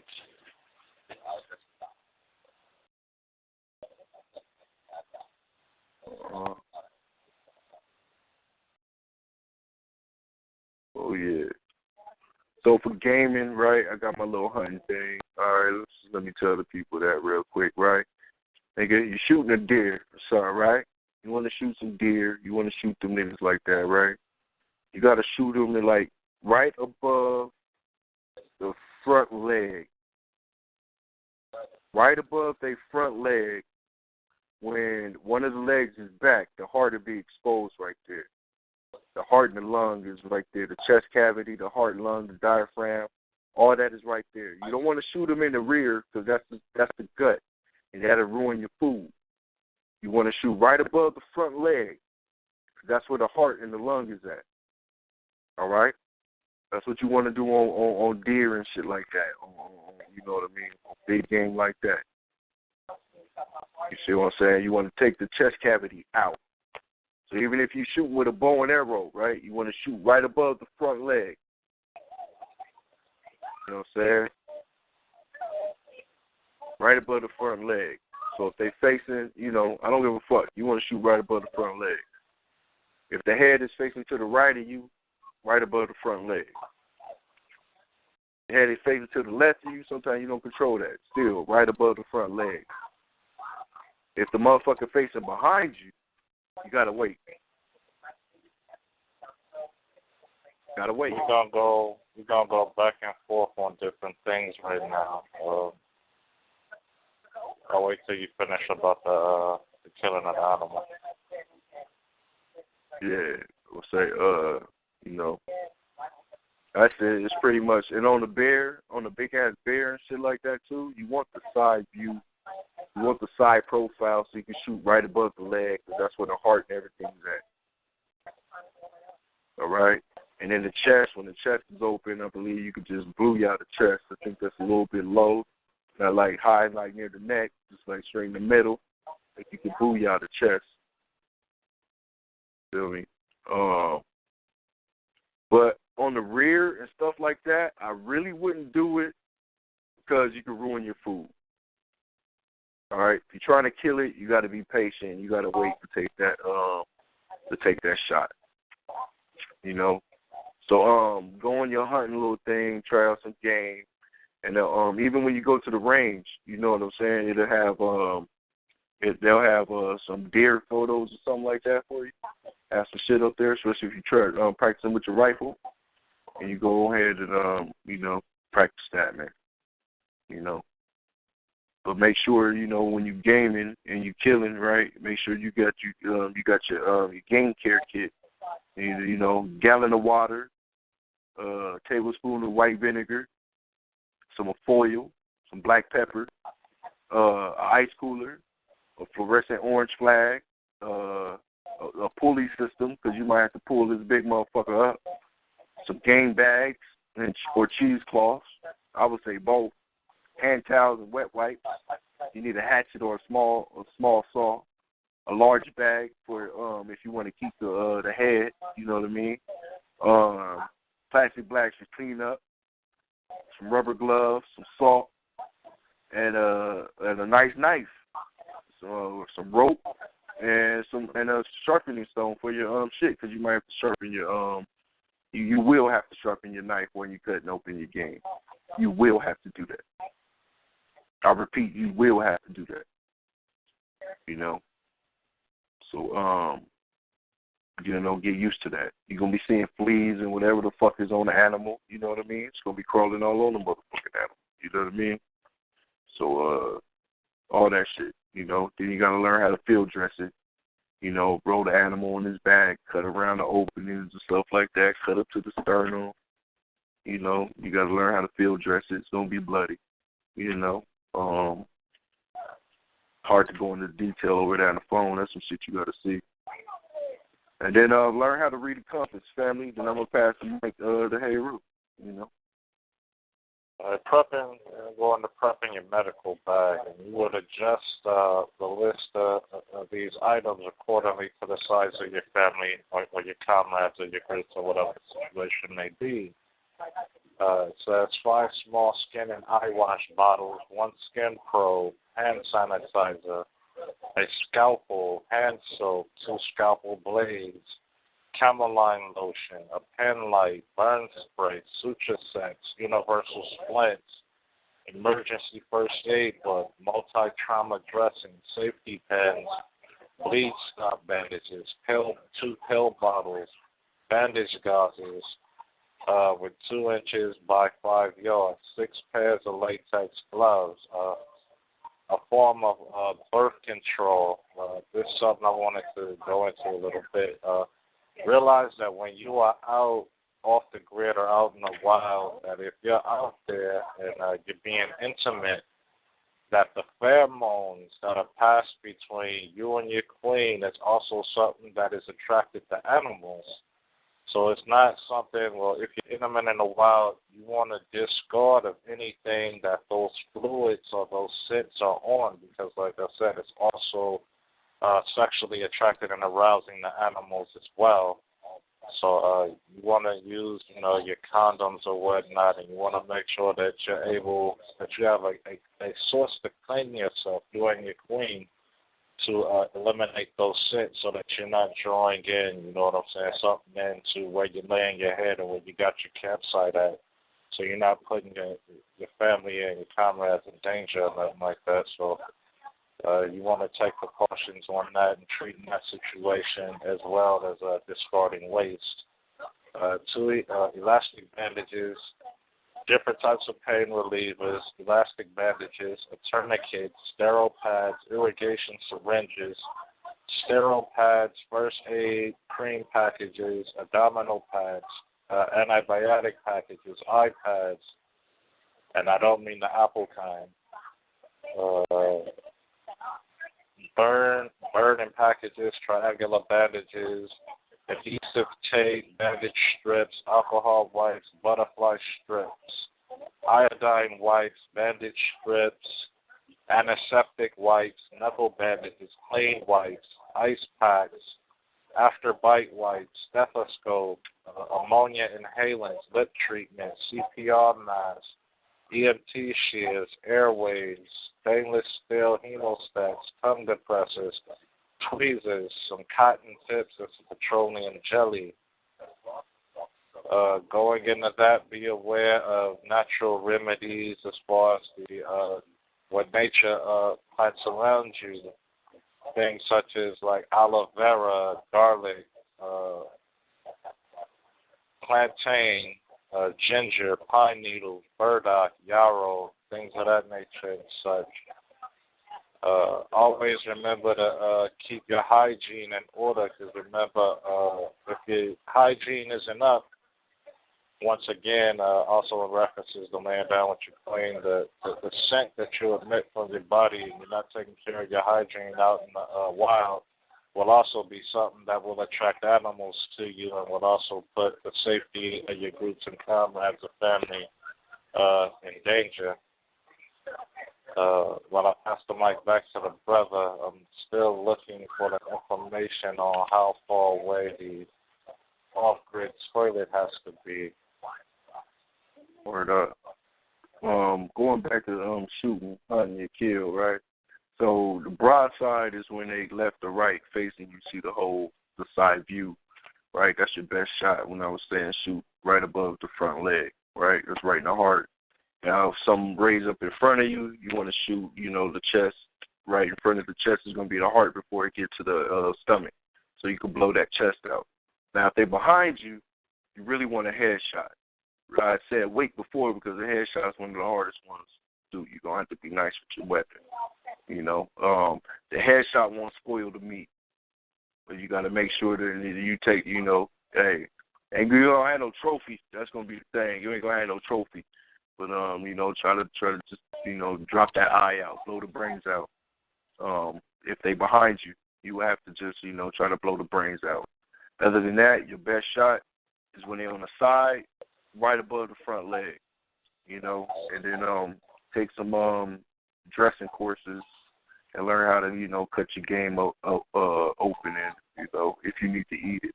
And if not, you might just need to lay it down like it was a bear or some shit like that, because the predator coming to kill, cougar or something. Make sure you shoot it in the heart or in the head. That's how you drop it. Other than that, and you're gonna want a strong weapon as that too. You can't be shooting it with no 22. You're gonna have to shoot it like with a whole bunch of times with the 22. So you want to make sure you got a powerful weapon that you use on a shotty, a 4.5, something like that. That'll stop them in their tracks. But maybe not stop them in the tracks. So you got to start moving too. You got to do shit. I don't know. I ain't gonna tell you that. I'm gonna tell you keep moving like you Floyd Mayweather. Don't be standing there. You know what I'm saying? Keep moving. You know, lay your game out if it's hunting you, if it's charging you, that is. You know, because in Cali we got bears and shit. You know what I'm saying? So, you know, I know a 4 or 5 can kill, but I don't know how many times you're going to have to go through that bear skin to get to it. You know what I'm saying? Do some turkey hunts and shit like that, though. You know, go ahead and see how much it costs. I think it'll run you, like, anywhere to, like, you get fancy, because it'll cost you couple dollars. Like, you want to hunt, like, moose and shit like that, it's going to cost you. But turkey and shit like that, I know you could go for like $200, $500, $300, something like that, depending on how many people go and how many turkeys you're trying to kill. Shit like that. Yeah, family. You know, I think I kind of covered everything. And just, you know, for these fucking crackers, man, lower your local firearm laws, yo. You know what I mean? So I'm in Cali. I got motherfucking California cracker laws I gotta follow. You know what I mean? So it'll be irresponsible for me not to tell you that. You know, so make sure first and foremost, you know what I mean. I can't be having y'all getting kidnapped and shit. You know what I'm saying? So make sure you know that the Peckerwood let you get some self-defense equipment. They ain't gonna have them coming and trying to bust down your door. You know what I'm saying? Before you even get trained up on the motherfucker. You know what I'm saying? Right. But I got that information on the human waste. The human waste, there are a few different things you can do to dispose of human waste. The first thing you can do is to bury it. What you want to do is you want to dig the hole at least 3 to 4 feet deep. And you want to make sure that it's a few hundred feet away from any water source, any food source, or where you lay your head at, just so that you're not contaminating the group, your comrades or your loved ones, family, or whatever the matter may be.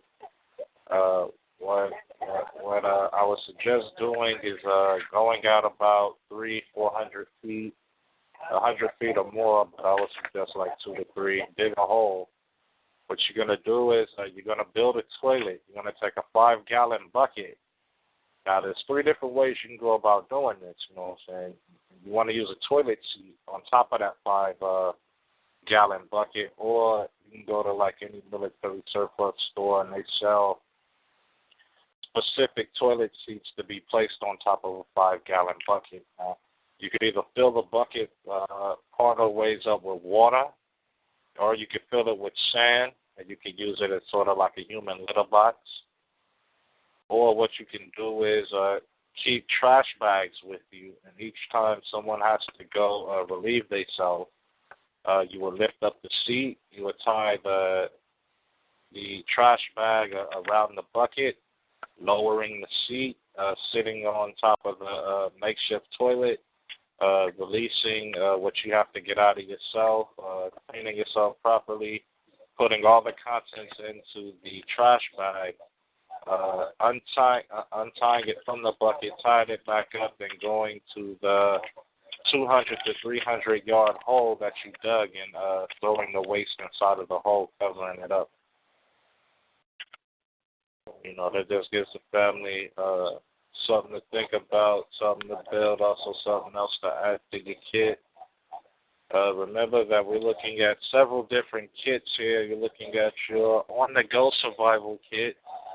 You're looking at your survival kit for once you are within shelter that you would need in order to build your shelter and your food and taking care of, you know, your human waste, bodily fluids, and the hygiene of your camp and shit. So we're looking at that as well. So we're not saying that you throw all these things into one big bag, because we know that would slow you down. So, you know, you're going to have different members of your party, you know what I'm saying? You got this bag, you got that bag, you take this bag, you got that bag, you know what I'm saying? Check. But each individual party member is also going to have their own special bag for their own special needs as well. So you want to try to get these bags to a limit, to a point to where it's not bearing you down, wearing you down. And you're training with things of this weight or whatnot so that it becomes something of the norm and it's not going to be something that's slowing you down. Each of your bags and your kit, at the time of an emergency, if you can't get hold of your stuff, I say between 10 and 15 minutes and be up out. And I would say try to shorten that time by greatly as possible with each training exercise. Then, you got too much shit in your bag. So keep that in mind as well. Yes, sir. And just to add on, like I was talking about training earlier, right? This little shit. I've been trying to go to this Peckerwood for a minute. I just ain't have my paper right. But it's called Defensive Firearm Instructions, right? So the type of training packages he got is like 50 hours of defensive immersion, too, of unconventional shooting positions, low light shooting, scenario training, rules of engagement. And after that, it's pretty much you learn combat, focused marksmanship, mechanics and mindset, legal rules of engagement, fundamentals of home defense, and then how to deal with the fucking piggies after you lay somebody down. And then it got like 30 hours of home defense fundamentals, concealed carry concepts. And you get 10 hours of practical. That's an introduction shit. But like I'm saying, it's like you get different training packages like that. That gives you home defense, home security, scenario training. And when if you're a beginner or just a civilian, you ain't never gotten into no gunfight or no shit like that before, it's a perfect way to emulate that and to get your mindset right and ready for that. And then you add that on with your martial arts and shit like that, and you walk into the way of a warrior. You understand? Modern day warrior, because the AR is the modern day sword. That's just what it is. But so just for the family, you getting the shit like that. And like this place is called Defensive Firearm Instruction. There's some cracker named Riley Schrader. You know what I mean? He out here in the valley where I'm at in Cali and shit. And I've been trying to take some of these little classes. No other reason for just so I could shoot and practice different scenarios. That's the only reason. You know what I mean? If I learn something, I learn something. Other than that, I'm going in there just to really bust. You know what I mean? To get a real scenario on how to, on firefighting. Firefighting is different from range shooting. Shooting at the range, ain't nobody shooting back. So you go in one of these scenarios, they set up a little situation where you might have stun guns to where they shoot you and you shoot them back. It's like a real gun, but the only thing you do is sting you. You know what I mean? Like they're shooting blanks at you. You know what I mean? I'm into shit like that. You know what I'm saying? It's their family because you got to stimulate combat. You can't, like in martial arts too. You're going to have to go through a stimulation, where you're going to have to go through a spar where, everything you've been learning, you're going to have to perform. You know what I mean? So, just standing and shooting at the range is going to get boring. Trust, you're going to want to do some shit like that I'm talking about. So find you a defensive firearm training class. Like I said, it's different from recreation. Everybody got different prices and shit like that because you got a private instructor and, you got different core packages that they selling. So like I said, just make sure, it's affordable for you. You got enough ammo for it and it's something you're willing to do. You know what I mean? Other than that, that's the nice way to play with your toy. I don't know no other legal way to play with your toys like that. Y'all come up with it, let a brother know.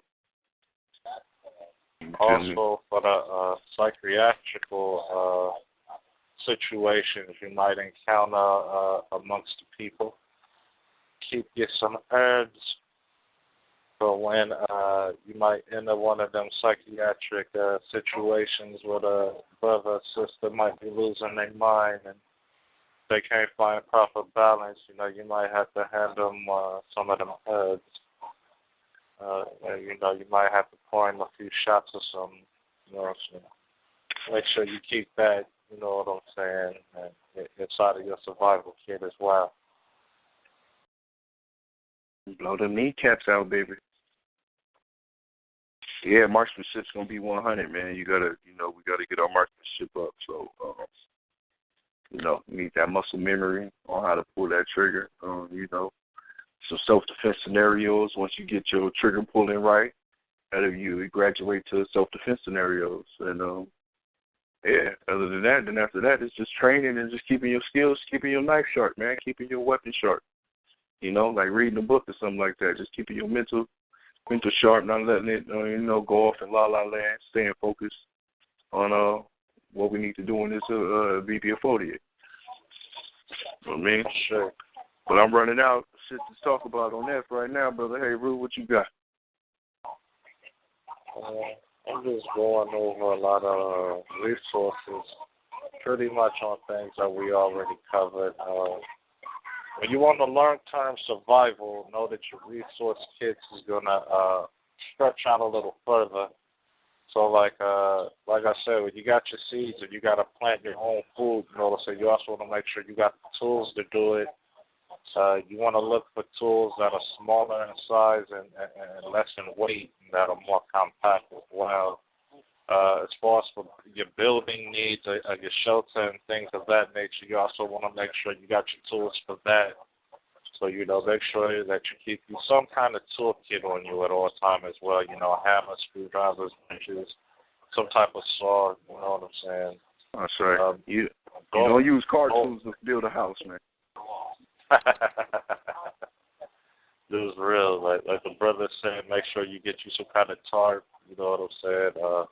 A tarp can also be used to dig a hole and put down into the hole as a means to keep a fresh source of moving water. Rainwater, dew water. What are some other things?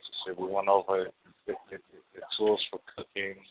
Tents and shit. You want to give people a couple of examples of some nice little tents they could get, some 2 or 3, 4 family tents, you know what I mean? A single tent up to some family tents, just to give them a couple idea on how much that's going to cost or whatnot. Yeah, the tents, man, that right there is kind of a hard one because it can go from being a single man to being a 14, 15, almost a damn shelter tent, but the prices range on that from minimum up into the hundreds. I know you could get a good 8, 13-man tent on Amazon for like under $100 or a little bit over or more. Like we said, it all depends on you and your group. I definitely recommend getting Go ahead. No, I was gonna say I would definitely recommend getting a solo one. Everybody gonna need at least one solo, especially if you're a fella.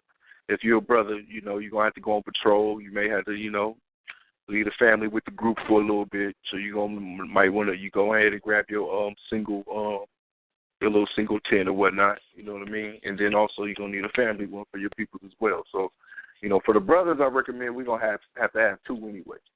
We'll have to have one for us, and then one for the family.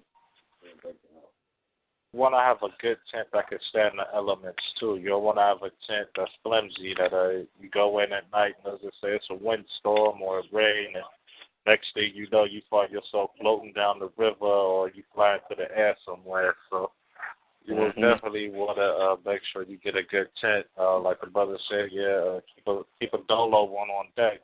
You don't know what your duty is going to call for. Look at the size of your group. You get a dirt cheap dolo one. That don't matter. Spend your money on a family one, but get a dirt cheap dolo one. But it also depends on the situation that you in with your group, because you got some people that just aren't social butterflies like that. So some people like being to themselves. So it depends on the group and who you with, and your family and your comrades and your peers more than anybody. So even if you have to separate the men from the women, you know what I'm saying? Where the women got their own tent and the men got their own tent, or those that are intimate with each other, they got to have their own private tent. So you want to look at like a 3-man, 4-man just to have extra space or whatnot. 2-man tent. The 1-man, 2-man tent is the basic. You know what I'm saying? Like I said, they got tents that have added modern technology to it nowadays with the solar panels and electricity and things of that nature. So it's really up to you. You know, what's your budget? What are you looking for? What do you need? What is your geographical location? What are the conditions there? What does the conditions call for? What does the terrain call for? So you want to put all that into perspective when you're buying your tents and things like that. If you're just not down to just, you know, hit the sleeping bag and lay under the stars and get bit up by, you know, a few things that might not be good, but, you know, it's up to the people. Yeah, I say to that. Sleeping bags. Make sure you get you some sleeping bags, a little pillow. You know, family, shit like that. If you balling, you know, go ahead and get your ass an RV.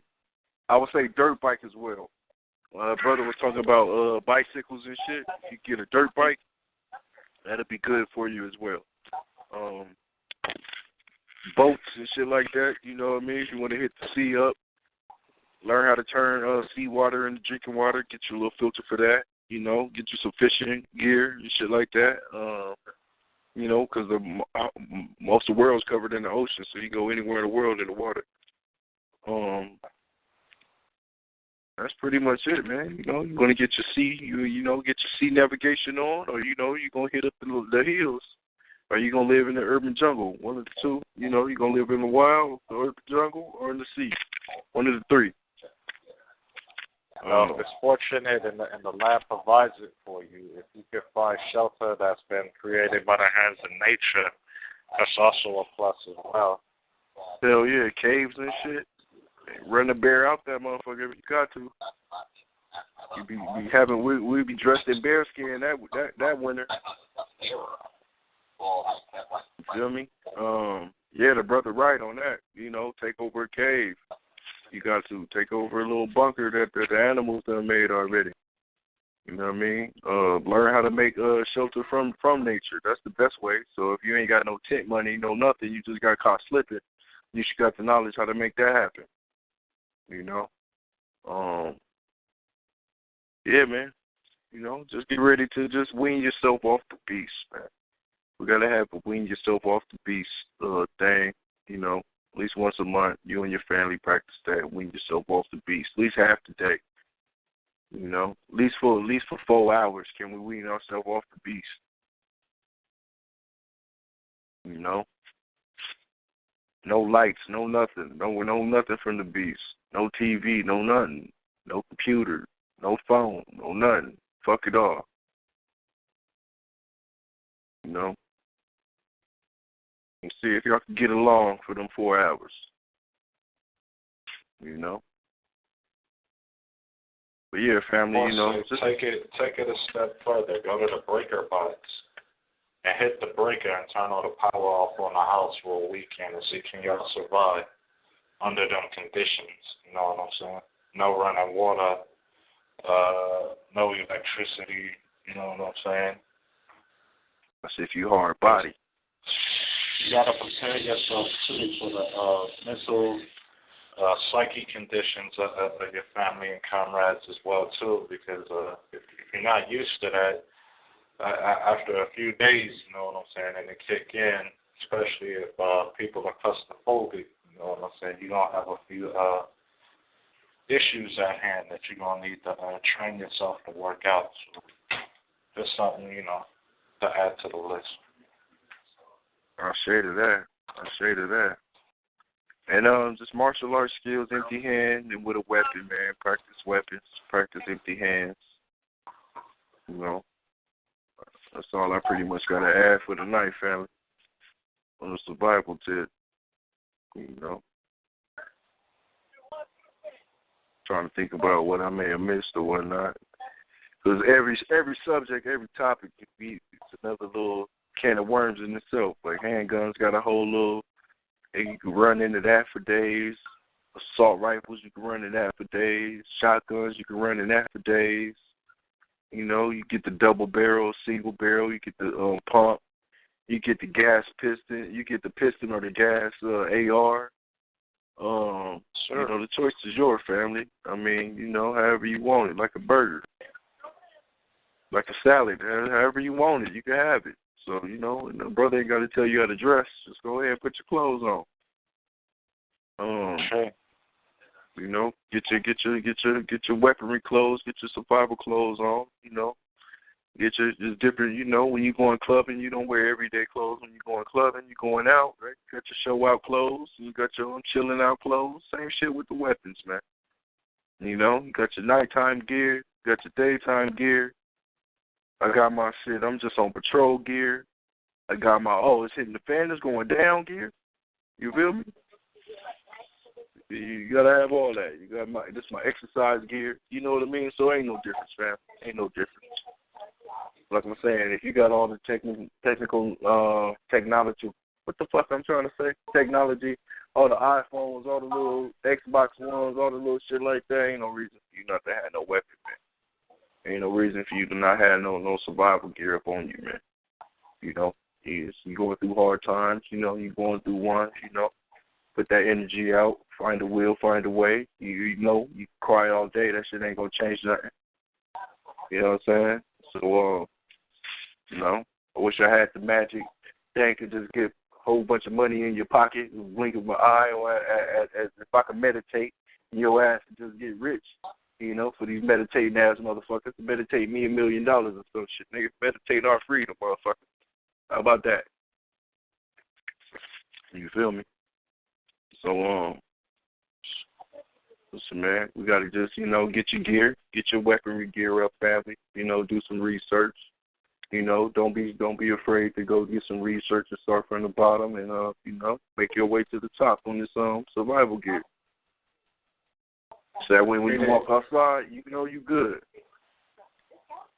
Go ahead, black man. Sorry about that.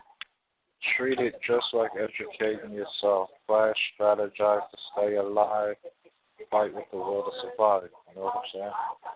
Fight each battle like it's your last.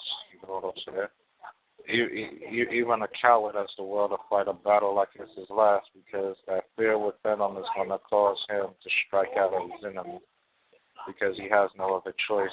But, you know, you either be a lion or be a cowardly lion. You know what I'm saying? The choice is up to you. To either prepare or be unprepared. Just know that if you're unprepared, you'll be running into people that's already organized and prepared, and they might not have extra for you. They might not be able to open their shelters and take you in and be able to provide for you, because you're depleting their resources that they've already gathered in enough for just, you know, the amount of their group or whatnot. So, you know, don't be caught with your pants down. You know what I'm saying? Shade of that, brother. Shade of that. Bring something to the table, man. Bring something to the village, man. Not just your empty stomach. You feel me? Bring something to the village, man. Pitch in, bring pitch in on the party, man. You know, we can't get our freedom each month. You know, we only as strong as our weakest link, man. Don't be the weak one, man. Do everything in your possibilities, not be the weak link for our revolution, man. So you can look in the mirror and say, yo, it wasn't me. That's all we can do. You know what I'm talking about? That's all we can do. Plan, plot, strategize, and let's bomb first. Great words to Tupac. Feel me? And that Machiavelli. But, yeah, man, plan, plot, strategize, and let's bomb first, y'all. You know what I'm saying? We be getting bombed on 2 months. Always, okay, black man. Always, if you off the grid and you have a body of water near you, try to stay within a certain, vicinity of that water source, because that water source is always going to be life around it. You know, right. So therefore, you always got a source of food and water. You know, all the animals have to come there to drink. Right. That's your hunting grounds. You know what I'm saying? You know, if you got a bad hunting day, you can get your fish on. You're gonna pull something out the water to eat. You know what I'm saying? That source of water is always gonna provide life for you and keep you alive. You know what I'm saying? I say that's gold right there. Your brother ain't lying. You gotta know your resources, value your resources. You near a stream, a lake, or shit like that. I mean, the stream where animals is coming. You in the lake, you got fish in that motherfucker. You know that's life right there. You got food right there. That's prime land. That's prime real estate. You hold that fort down. You know what I'm saying? Anybody come up in your hunting area, nigga, it's got to be war. They taking your resources. You know what I'm talking about? But the brother's perfectly right. That's what we do. You take to, hey, we need the places where the river's at. You see what I'm saying? We got to follow that water. That means we're going to live. We're going to survive anything we go through. If you're in an area that's high with snakes, dig a pit, a nice sized pit. Exactly the feet in diameter, I can't give that out because I don't have the information in front of me, but I'll say at least 3 to 4 feet pit. You know what I'm saying? Put some snake bait in there. Find out what type of environment that you're in. The things that are there that may be poisonous or venomous to that area. What is their food source? Fill that pit with that food source, so that all the things that may be a harm to you when the family group and comrades is trying to sleep at night, they'll more than likely end up in that pit. And what you do trap and catch, you throw into that pit. Cover that pit up so that if something infiltrates and comes in to try to do the family harm, they fall into that pit. You know what I'm saying? Now all the snakes and all that venomous, things of creation is in that pit is going to attack whatever tries to come in and invade on them grounds. You know what I'm saying? That's dirty. I love it. I love it. That's strategy. like a fucking moat. You feel me? That's like a moat right there. You dig it? Oh, shit. Yo, that's what's up, yo. Also find trees with sharp branches and thorns of that nature and also throw down into that pit as well. Mm-hmm. Yeah. I'm with you, home team. Shit. Make some bow and arrows. You know what I mean? Get it in. Make some spears and shit. You know what I'm saying? Make some javelins and shit. Throw them at them motherfuckers. You feel me? Like, damn. What's that one like? Me and Brother Henry was talking about that shit. He was like, damn, did you at least pinch the bitch? You feel me? Do something, brother. God damn. I don't want to be hearing about, I ain't got no weapon. We outnumbered. Listen, bitch ass nigga. Did you at least pinch the motherfucker? I mean, damn. You just gonna let them run up in your house and just wear you and your family out because you ain't had no weapon, huh, bitch boy? Man, nigga, listen. You can't be on the front line with me, nigga. Matter of fact, I don't even know why you breathing, taking up all this oxygen. This shit about to procreate, nigga. You gonna procreate faggotry, cowards and shit. That's what's in your bloodline. What else? You know what I'm saying? My car got drugged. Black Power. Black Power Queen, what it do? Black Power Queen. How are you? Just listening to y'all educate us.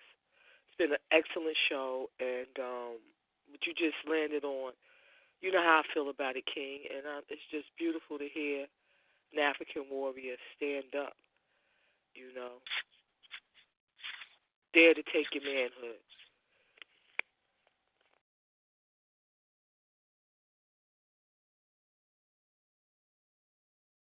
I say, well, when the queen gives you the thumbs up, you feel me? I mean, goddamn, what more did a brother want? You feel me? Queen got me on cloud 9 and shit right now. You feel me? But yeah, black power to the queen and the whole family out there, man. They want to hog up the mic, now let y'all get y'all's in. You know what I mean? Y'all got something to add to the piece, please feel free. Y'all know how it is.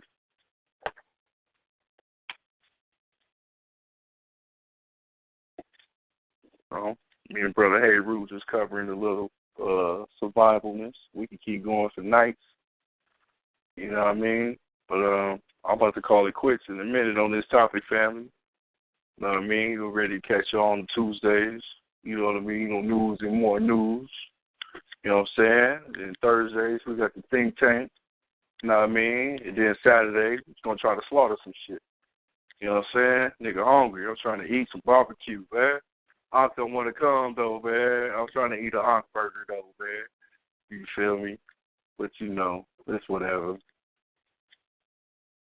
But back power to the family. Y'all got something to add on, man. Your brother signing out. You know what I mean? Black power to everyone. Brother Little gone. Black Power, King.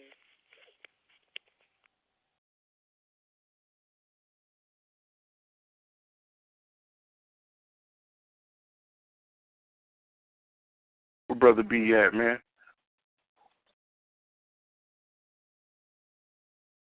Brother B still with the family and the squad.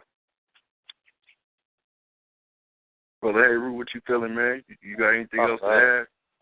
No, I'm about to say talking to myself, have myself on mute. I said we gonna close out, go to the after party. We gonna leave the same way we came in, with the glory to Garvey, peace to Nat Turner, long with the spirit of Dr. Khalid Abdul Muhammad, glory to Harriet Tubman, peace to Ida B. Wells. Ida B. Wells, glory to Betty Lou Haber.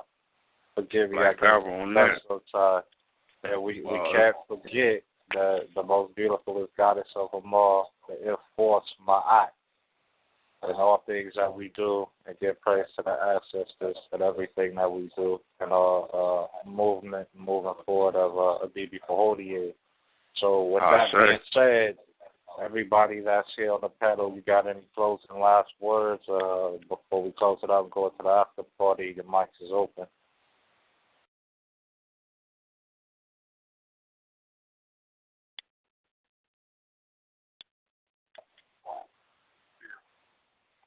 With that being said, is Brother B on the line in order to stop the recording? I'm signed in, but I'm not logged in as an administrator on the phone line, so I don't know if it's going to let me stop the recording or not. All right, that's cool. Let me put the crack in the trunk. Y'all know how we get down over here. You know what I'm saying? House niggas too. Black Power family. Y'all know how we do this shit. A Bibi Fahodier cracker. The Bibi Fahodier cracker in the trunk. And a house nigga too. Spread that gas, global African supremacy all day, every day, 24/7, 365 on that RBG shit. Go. Yeah, you know what I'm saying? No get off the gas, brother. No get off the gas, baby.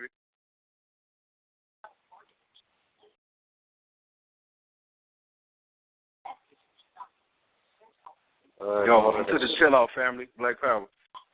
Black Power, I can't stop it though. Brother Calls, I think I see you out there. Can you stop the recording? I'm not logged in through the actual network to where it's giving me the functionality to stop the recording. So if you do that on your end.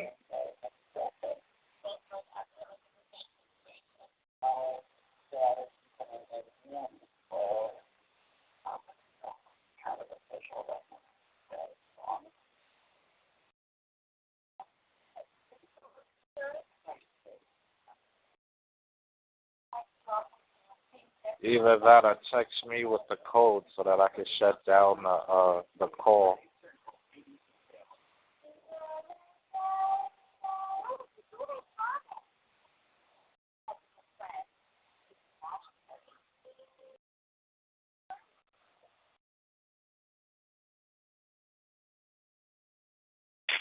Hey, hey, Ru, I'm going to just catch you on the black side, though. You feel? Peace out, Black Power. Thanks, everybody, for coming out. We catch y'all Tuesdays, Thursdays, and Saturdays. Peace, family. Peace, family. Black Power.